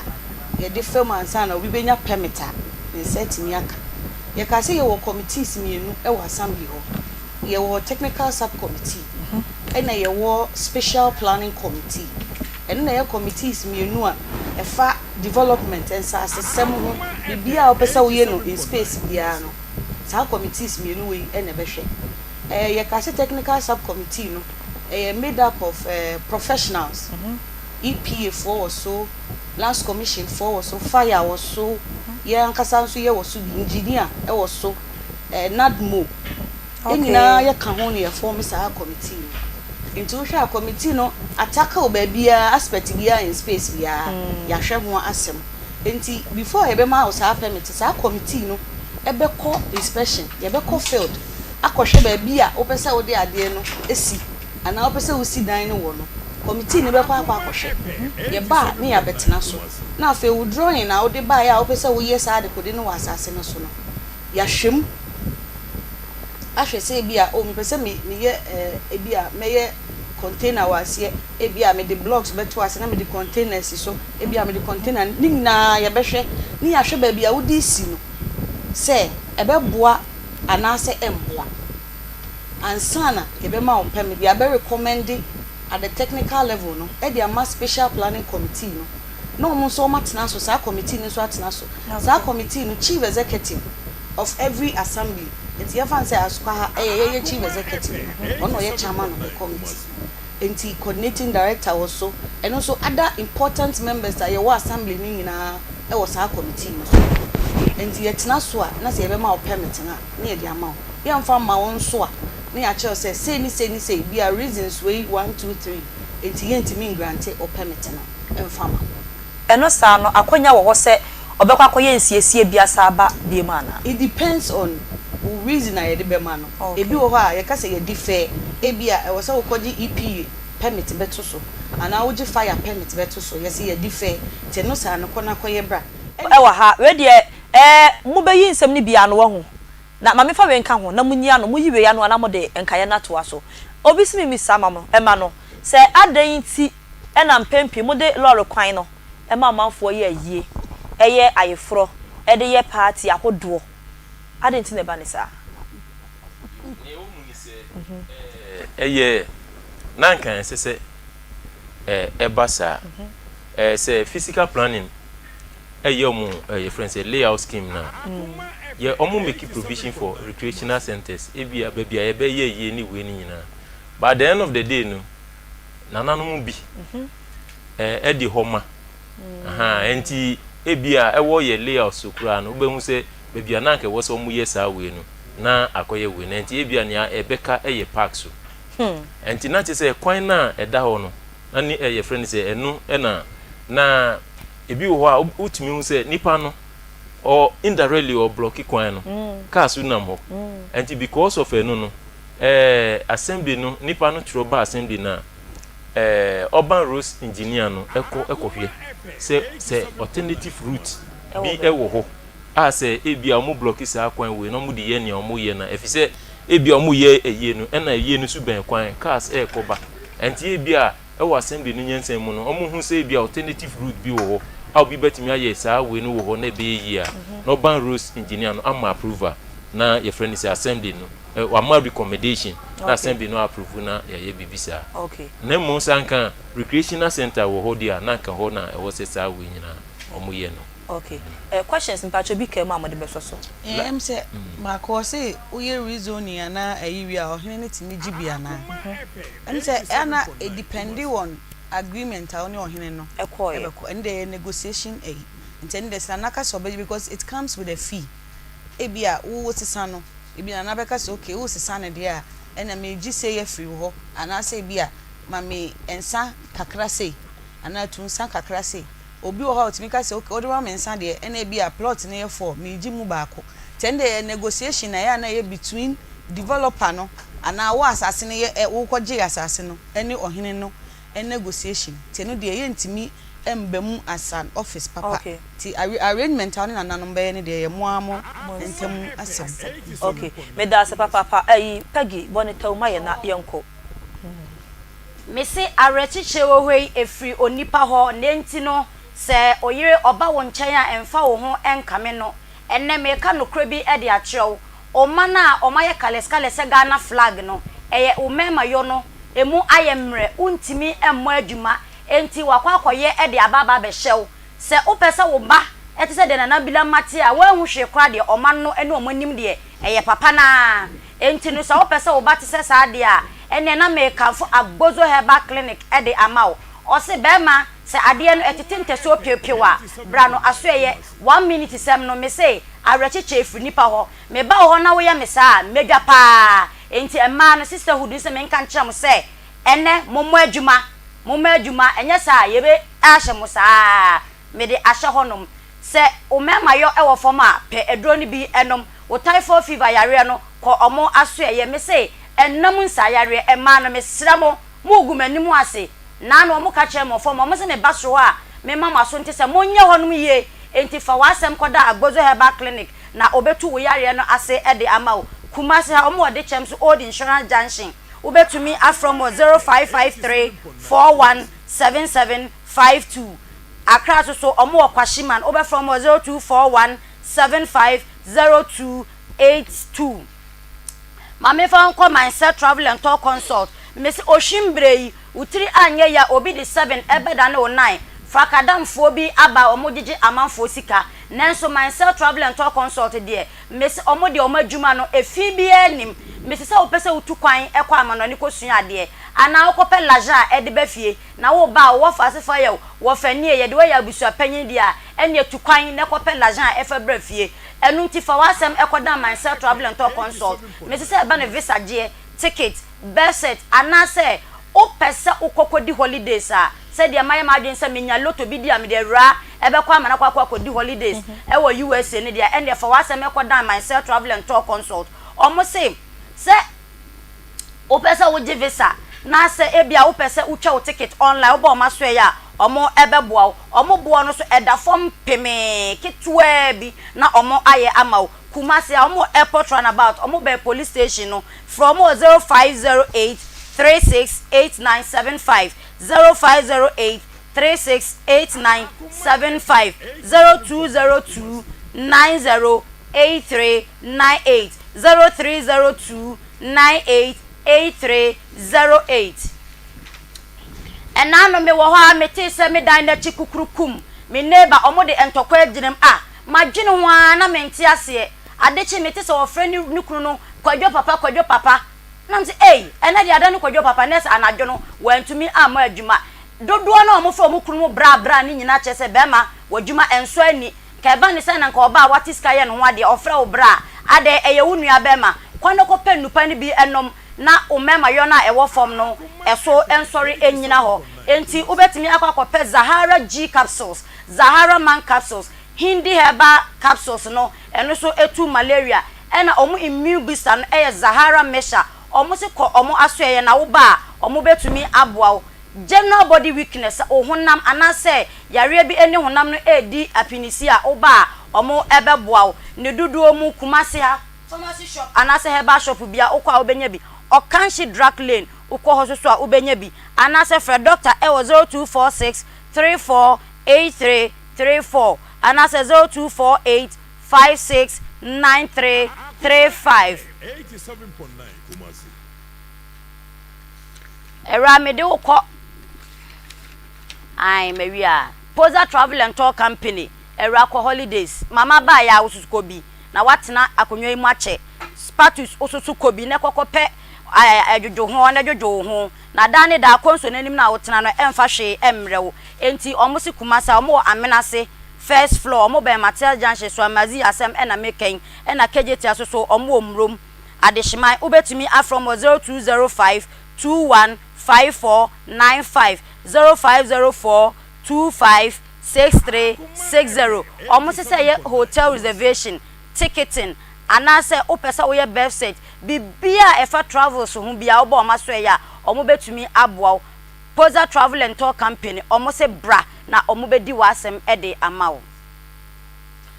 Peggy me da se papa na mama fa se da sonko aseda chencherenche aseda kasi aseda etia pakamu enkoma me yankasa me mame doctor akosi adua ya mama nyame won hira papa kwofke heba mesha no abedru abepai life mama nyame hira o oba me da wase papa we de anchele kra na abedwa nyame nhyira papa na omma nkwatenti ahodi wom na omo wadwuma so entre ma wiase nyina ente wonka enti on this note yenko ya nim ne anya birthday no quick one na ya ne omo emewie wei efi anti bi nche no se yenwe ne sister ne say anti wase happy birthday sonko enkoma Angela Spio Gabra oya adwuma e Waterfall Municipal Assembly wei efi o ma me no papa Mr and Mrs George Spio Gabra wunuanum nyina nchen ukunu Richard Owusu ene nkwada ni nyina nchen ene eba wa mo so mo awoda passion ko twedi ampo nyankropon on shira papa na onye okese mo afa nji picture na ntoso mo fa nji picture na ntoso ma me mesre mo fa ntoso mo mpena mo fa ntoso aha o de yanko audit womra okay happy birthday sonko enko enfa ema akoda yi oda TV suei audit Safua Asamoah we de yanka se ye diemu a audit wonya mfihia miensa ene eye wawoda sonko efi papa nchen papa J ayo oye panel member odwumadie so ono na se ewie ye ma wawoda pa sonko na yanka ncho se twedi ampo nyankropon onhyiraw na ma wunyini emeye panyimpa mo mani nyina eni woso emfaso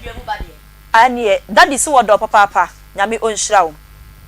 yanko angidie ne so happy birthday sonko enkoma Angela Spio Gabra we adwuma e Waterfall Municipal Assembly we efi wawofo Mr and Mrs George Spio Gabra wunuanum nyina a Beatrice Spio Gabra ka ho ukunu Richard Owusu ene nkwada ni nyina ena mo se Angie ewiai wo mo ma awoda passion ko nyame nhiraw na wanye wakoma so ade nyina mawo na ompeja wo emfancy mapoma edwa so enjoy your day to the fullest yaba ye wie nsem ni nyina e won komotwetwe ni mu na glam bite na makeup ene siesie anim wo pese wo masiesie na kwa ayefura yie abadin to okuma se ba bia wo bia frɛ no e wo 0544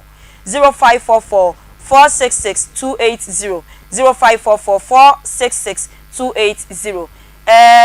Antiofi mami e patcho ye wie mo final words na e sorry dia me di be twatwo ne se asase e nananom dia na dia ubeye wa asase ne so dia assembly no ye ne ye be kire dia okay me kasa tietia no enti se wodi bibia be si asase so a bra assembly ansa na wai wuto wi a wato enso nya wodi asa enya wodi a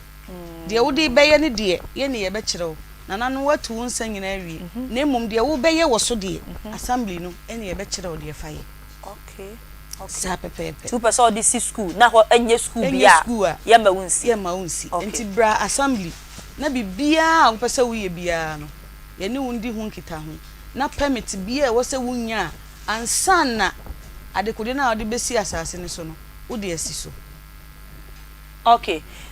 ya da se papa na abusiafo ya di dwumadie ni nyina esi na ye hwese engineer so ebeka ba komienu bi ede asoso na yahwe na ya sorry dwumadie no eso ne senti moma engineer ntena semame na yenwie ensem no nyina emfamfluenti engineer ya no apagya woni so kakra maye aha na ya hwe na ya wie kra ne sa abusiafo ya sorry ano no na ebia na wa asem wo how bi o pesa wo de be fie ha no ma number be frɛ no 0530 507 849 0530 507 849 wo fra how bia tete wo betimi dia ba na ya hwe ne aka ho asem de ama ye de ha ya se ye ntan nipa ye tan asem tu de obi de ye wa anya wo de bia no fabra na ye hwe na ye nsiesie emfama wo nya wasomdwe 0530 507 849 engineer mpacha wo final words na ye sorry nya ye wo kan nyina nso ni se se de me ne ono kan no ibi a wo pese wo ye wasase no so no bo modin ase wo beba na wa beji permit ansa na wa ye entisa watumra okay ya da se abusuafo ya de dwumadie ni nyina asi wa akoma mu nsem adwumadie so empanyimfo enne ye to nsa fra mo moje pene eje brese o madaje eba ye no eye planner Ophelia Asare wo ye head Physical Planning Department Akoma Municipal Assembly and of engineer Peter Saki on also your head Development Control Unit Akoma Municipal Assembly Antiofi any Awuraa Saki yes ye da mo ase nyame onhyira mo papa ye da mo ase but also was em ebusia pani o kafra me pa choka me srew so when I wo banti wo de ye fa wo time na so we de wa wasema me pa choka sa me ho ene ya chese woni asem ka busia fo ya pon ma me fa seda na woni asem ka wo de be kama ma kwa me se bra be kama da roma be me na nana medofo Nana Bila wako fa asem abrami o ebusuafo ya poma me fa da PSA ma me producers Nana Bila Kantanka Spartus Kwajo sa akode ai wo mo ene bo aye ema adwumade ne hyehyɛ ne kama pa de ebremo na ye ko streaming wo ma ye beluchi na afi na yawo wo mo so adaroma mo de ko Facebook ena Afronia TV ema wo ehwe ya da mo nyina ase awia yi se mo jebre ehwe ye na mutie nyankropon ya adom ochina ye besan so ahia ebrekro no anim eye sports team no etwa so ede amamo Akoma Sports dwumadie so yakramo Akoma FM 87.